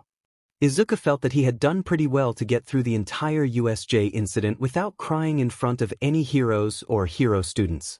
This gesture, however, completely obliterated his control. Tears immediately spilled from his eyes, pouring down his cheeks in a tide his rapid blinking couldn't possibly stem. He wiped at the rivulets with his bare wrist, then lifted the neck of his shirt and buried his face in it. Once he felt confident enough to speak, He emerged from the safety of his shirt to look at the collection of hero students. "Thank you," he said, voice high and tinny as he tried to keep control of himself. "Every single one of you has been so kind to me. I don't know how I could ever repay any of you." Uraraka stepped forward and placed her hand on Izuku's shoulder. Then suddenly her face, previously open and friendly, radiating warmth and optimism, took on a deadly serious expression. It was as though a shadow passed over her, and beneath its darkness she looked as terrifying as any villain.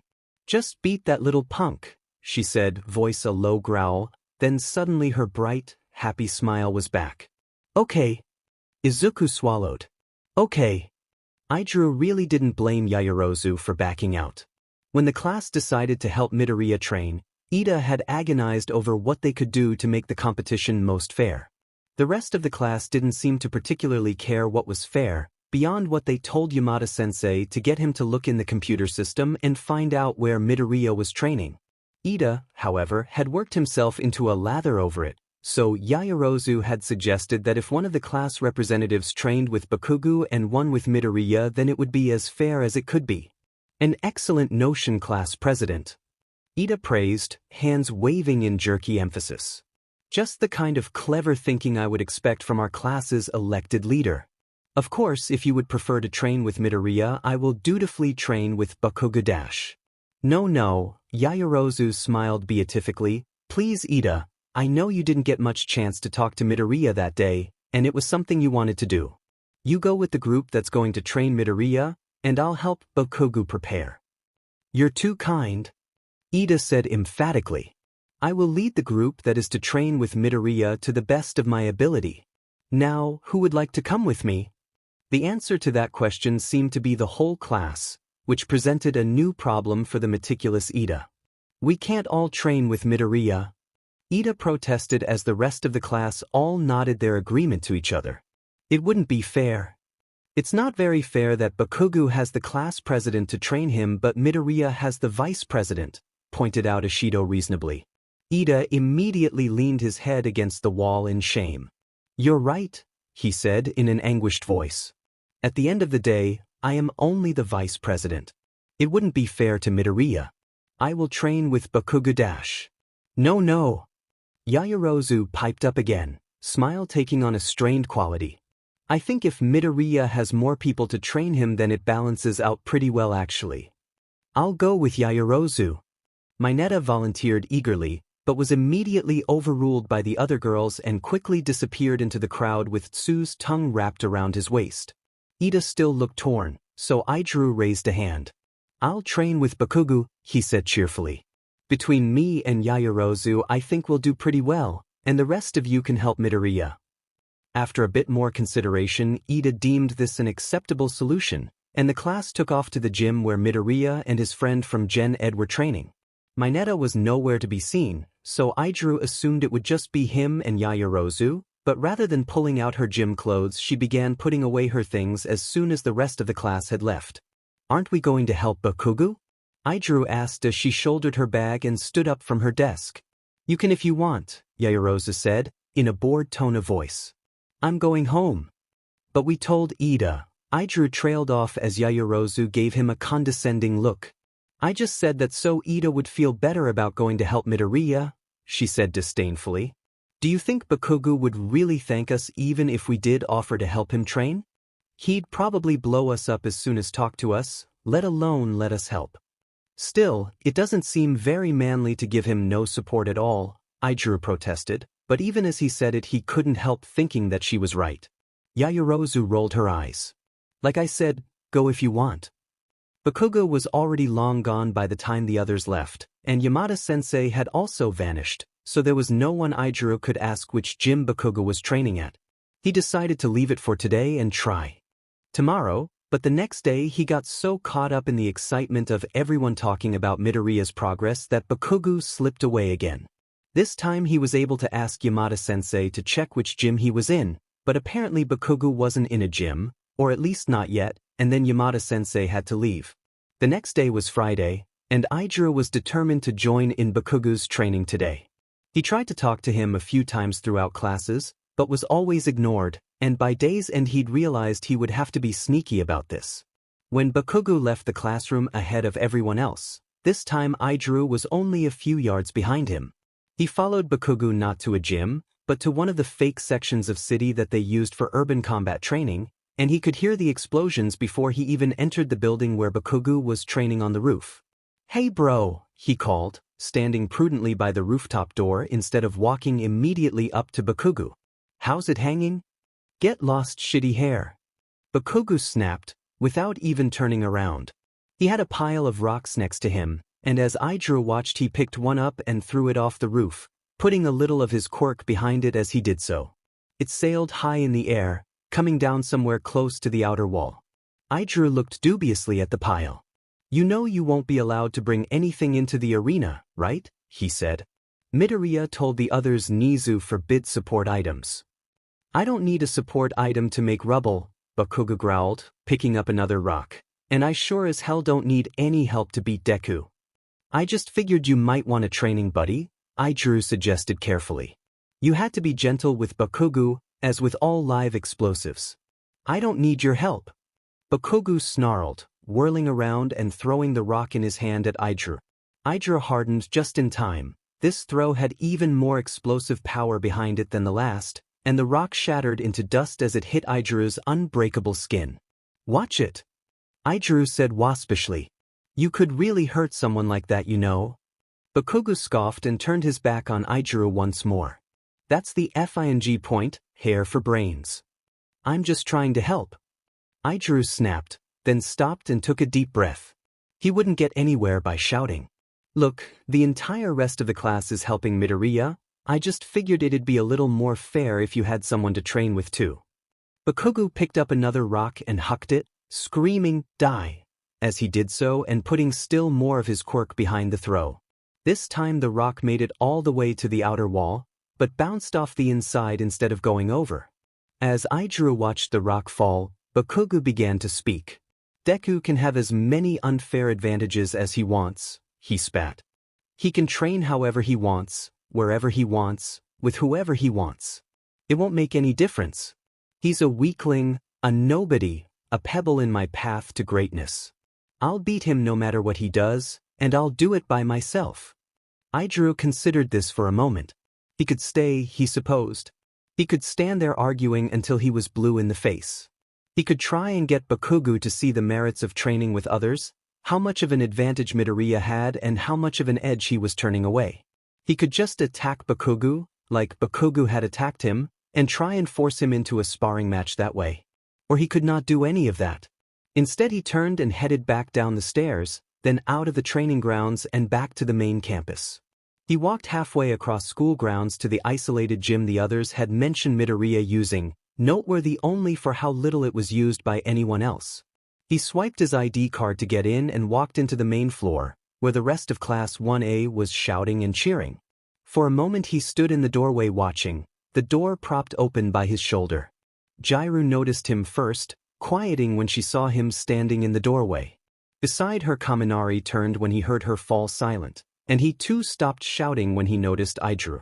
Silence overtook the class in a slow wave, finally reaching the place on the training mat where Midoriya and Shiro were squaring off.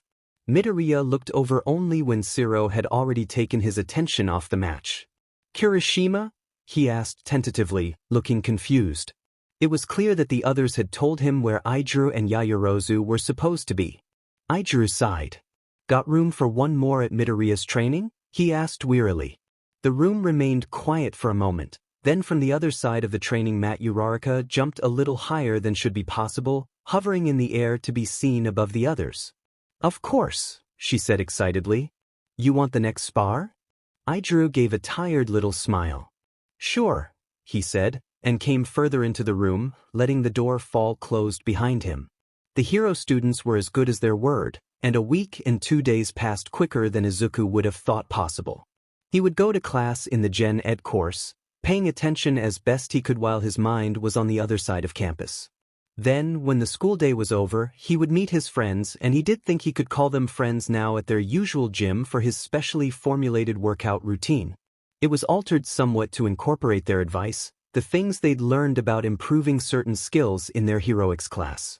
Much of it was things Izuku had figured out himself, but there were a few ideas that came only with experience, and each time one of Class 1A mentioned something he hadn't considered, they seemed to glow with pride. "You're pretty clever about training Midoriya," said Hagakure as he scribbled down notes, mentally making room in his routine for the new information. "It's no wonder you've come so far on your own. I just analyzed the moves that were most common in the fighting styles I want to emulate and determined what skills are necessary to pull them off," he said distractedly. "It's not hard to isolate the muscles groups you need, and flexibility training is pretty easy as long as you do it consistently.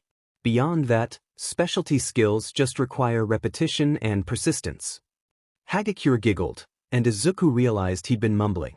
He was about to apologize, but he remembered what Hatsum had said about it not being as creepy as he'd thought, so he swallowed it and returned what he assumed was her smile. The hero students weren't the only ones helping him train. Shinso was there every day, listening dutifully to the hero students' input and doing the modified routine alongside him. Izuku felt good that Shinso was able to benefit from all this attention as well, and he knew Shinso was happy for the help. He had been a little worried that Shinso would be uncomfortable with all the hero students around, but Shinso assured him that this would be good for both of them, and when Izuku thanked him for his help he smiled so brightly it banished all Izuku's fears. He did sometimes catch his friend shooting strange, unfriendly looks at Uraraka when he didn't think anyone was looking, but then Shinso would look at him with that appealing smile again and Izuku would get a strange feeling in his stomach that derailed his thoughts entirely. Hatsum also stopped by training a few times. On Izuku's advice she had taken to carrying a notebook as well, to jot down stray ideas, and she used it to take notes as she watched him spar. She had been particularly disappointed to find out he was not allowed to bring support items into this match, but her good spirits had quickly returned with whatever idea had her taking such fervent notes. "What are you writing down?" Izuku asked the first time he'd finished, about to find her scribbling madly in her notebook. "You'll see," she replied with her trademark manic grin. "I can't even have a hint?" Izuku wheedled playfully. It was getting easier to be playful with his friends these days. "When you get into the hero course, I'll show you what I'm working on," she said cryptically, and would say no more than that. They decided early on that the hero students would use their quirks during practice bouts. There was no point in them holding back. Kaken certainly would not. It was good practice in outmaneuvering his opponents, and with each victory he felt less like it was luck and more like he'd been genuinely clever. Still, he had to prepare specifically for a fight with Kaken, and he already knew all about Kaken's quirk. The trick was learning to fight against it, which was easier said than done. None of them had quirks quite as flashy as Kaken's, but Kaminari's made getting close to his hands equally unwise, and Ishido had a similar range. The person with the closest quirk to Kaken's was Todoroki, but he mostly hung back. At first Izuku thought the others might have forced him to come, and he didn't really want to be there, but then he noticed how closely Todoroki was observing, and the frustrated look on his normally stoic face. Clearly Todoroki was interested. Izuku just wasn't sure in what. Again Izuku noticed Shinso giving sidelong looks at Todoroki this time, but he said nothing about Todoroki's odd behavior and Todoroki seemed content not to speak either. Izuku was so caught up in training, in making sure everyone knew he appreciated their efforts, in focusing on how he was going to approach the fight, that for a while he almost forgot to be nervous. As days passed and the match drew nearer, however, the enormity of what he was about to do somehow became more real. A tightness settled around his chest like a steel band, making it more and more difficult to breathe easily, and it only grew more vice-like when he was alone. In quiet moments, when everyone else had gone, he sometimes felt so oxygen-starved the room would start to spin. It was during one of those quiet moments that he broke down. It was Thursday, the day before the match, and Izuku was the last out of the gym. He'd gotten that dizzy feeling as the other boys were changing out of their gym clothes, and he'd had to take a minute to himself before he could follow suit. They were all gone by the time he stepped out of the changing room, but instead of his schoolmates he found a teacher waiting for him outside. "How's it, Hanjin, lil listener?" Present Mike greeted, beaming down at Izuku. "Seems like you've been hard at work prepping for your big debut." "Yeah," Izuku said wearily. "Everyone's been so great helping me, but all this training is really wearing me out. Better make sure you're getting enough rest, Mike warned. Downtime is important for any hero. You'll have more time to chillax when you aren't rehearsing for a big show. I guess, Izuku said, trying to muster a smile for his teacher. Mick's expression changed though, settling into something gentler, more sympathetic than his usual bright enthusiasm. It's not just training though, he surmised. Worrying takes a lot out of you too. Izuku looked away, off to one side. Is it that obvious how scared I am? He asked in a small voice. Anyone would be scared, Mike pointed out. You've got a lot riding on this fight. I know, Izuku said, but everyone else just seems so confident. None of them seem worried that they won't be good enough, or that something will go wrong and they'll lose everything, or dash. They've already been admitted to the hero course, Mike reminded him. They've had a lifetime of encouragement because of their quirks. I don't imagine you've had much encouragement at all. Izuku looked at the floor, then shook his head briefly. He did not want to look at present Mike as he admitted that his life hadn't exactly been full of people willing to place their confidence in him. A large, warm hand landed on Izuku's shoulder, but still he couldn't bring himself to look up. What's on your mind, lil listener? Mike asked softly. I just dash, Izuku began, and suddenly there they were, the tears he'd been suppressing for days now, flowing from his eyes to drip down his cheeks and onto the tile floor.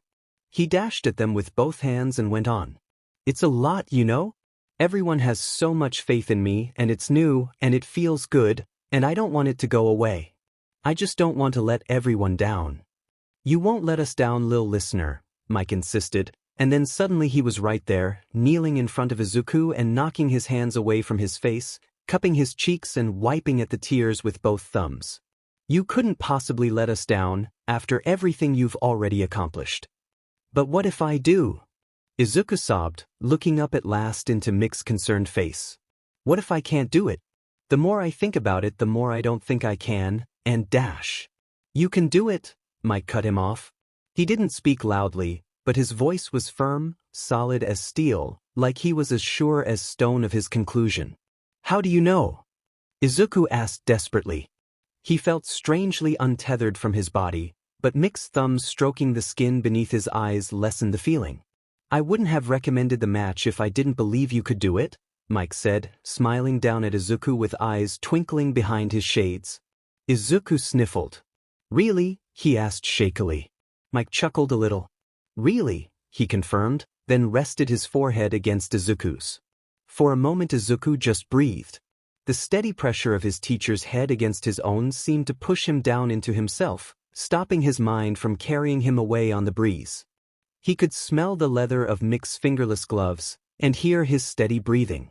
He almost thought he could feel his heartbeat through the places they were connected, but he was sure that was just his own. Okay, he breathed, nodding a little, careful not to dislodge anything. Okay. I believe you.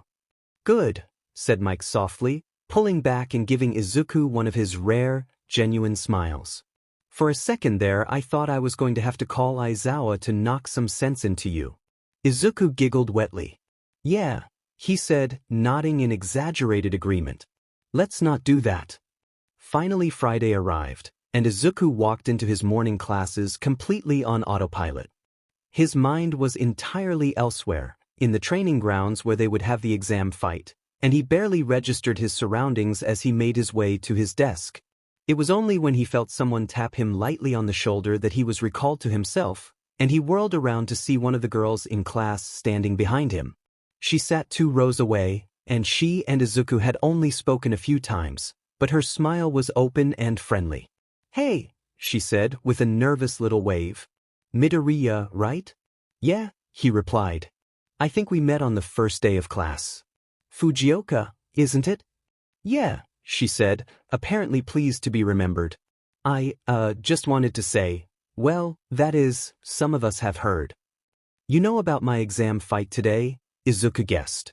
Yeah, Fujioka sighed in relief. Anyway, I just wanted to say good luck. Oh. Izuku gaped for a moment before recovering himself. Thank you. That's really sweet. I heard you don't have a quirk, she went on. Well, neither does my little sister. I just thought if you win, well, it'd really be something to tell her, you know? Izuku hesitated a moment, then gave her a wide grin.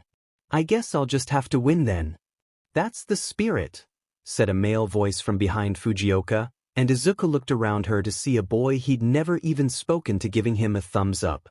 There was a general murmur from all through the room, and Izuku looked around to see nearly every student in class looking at him. Some were smiling, some giving him looks of fierce determination, and a few were making fighting gestures like flexing or punching the air. None of them, however, were giving him looks of scorn, and none of them were laughing at him. Izuku looked over at Shinso, to see him grinning wide and genuine. He looked back at the class. Thank you all, he said with a small bow. I promise to do my best to live up to your expectations. There was a round of cautious, subdued cheering, like a celebration of fragile hope, before their teacher walked in and called the class to order.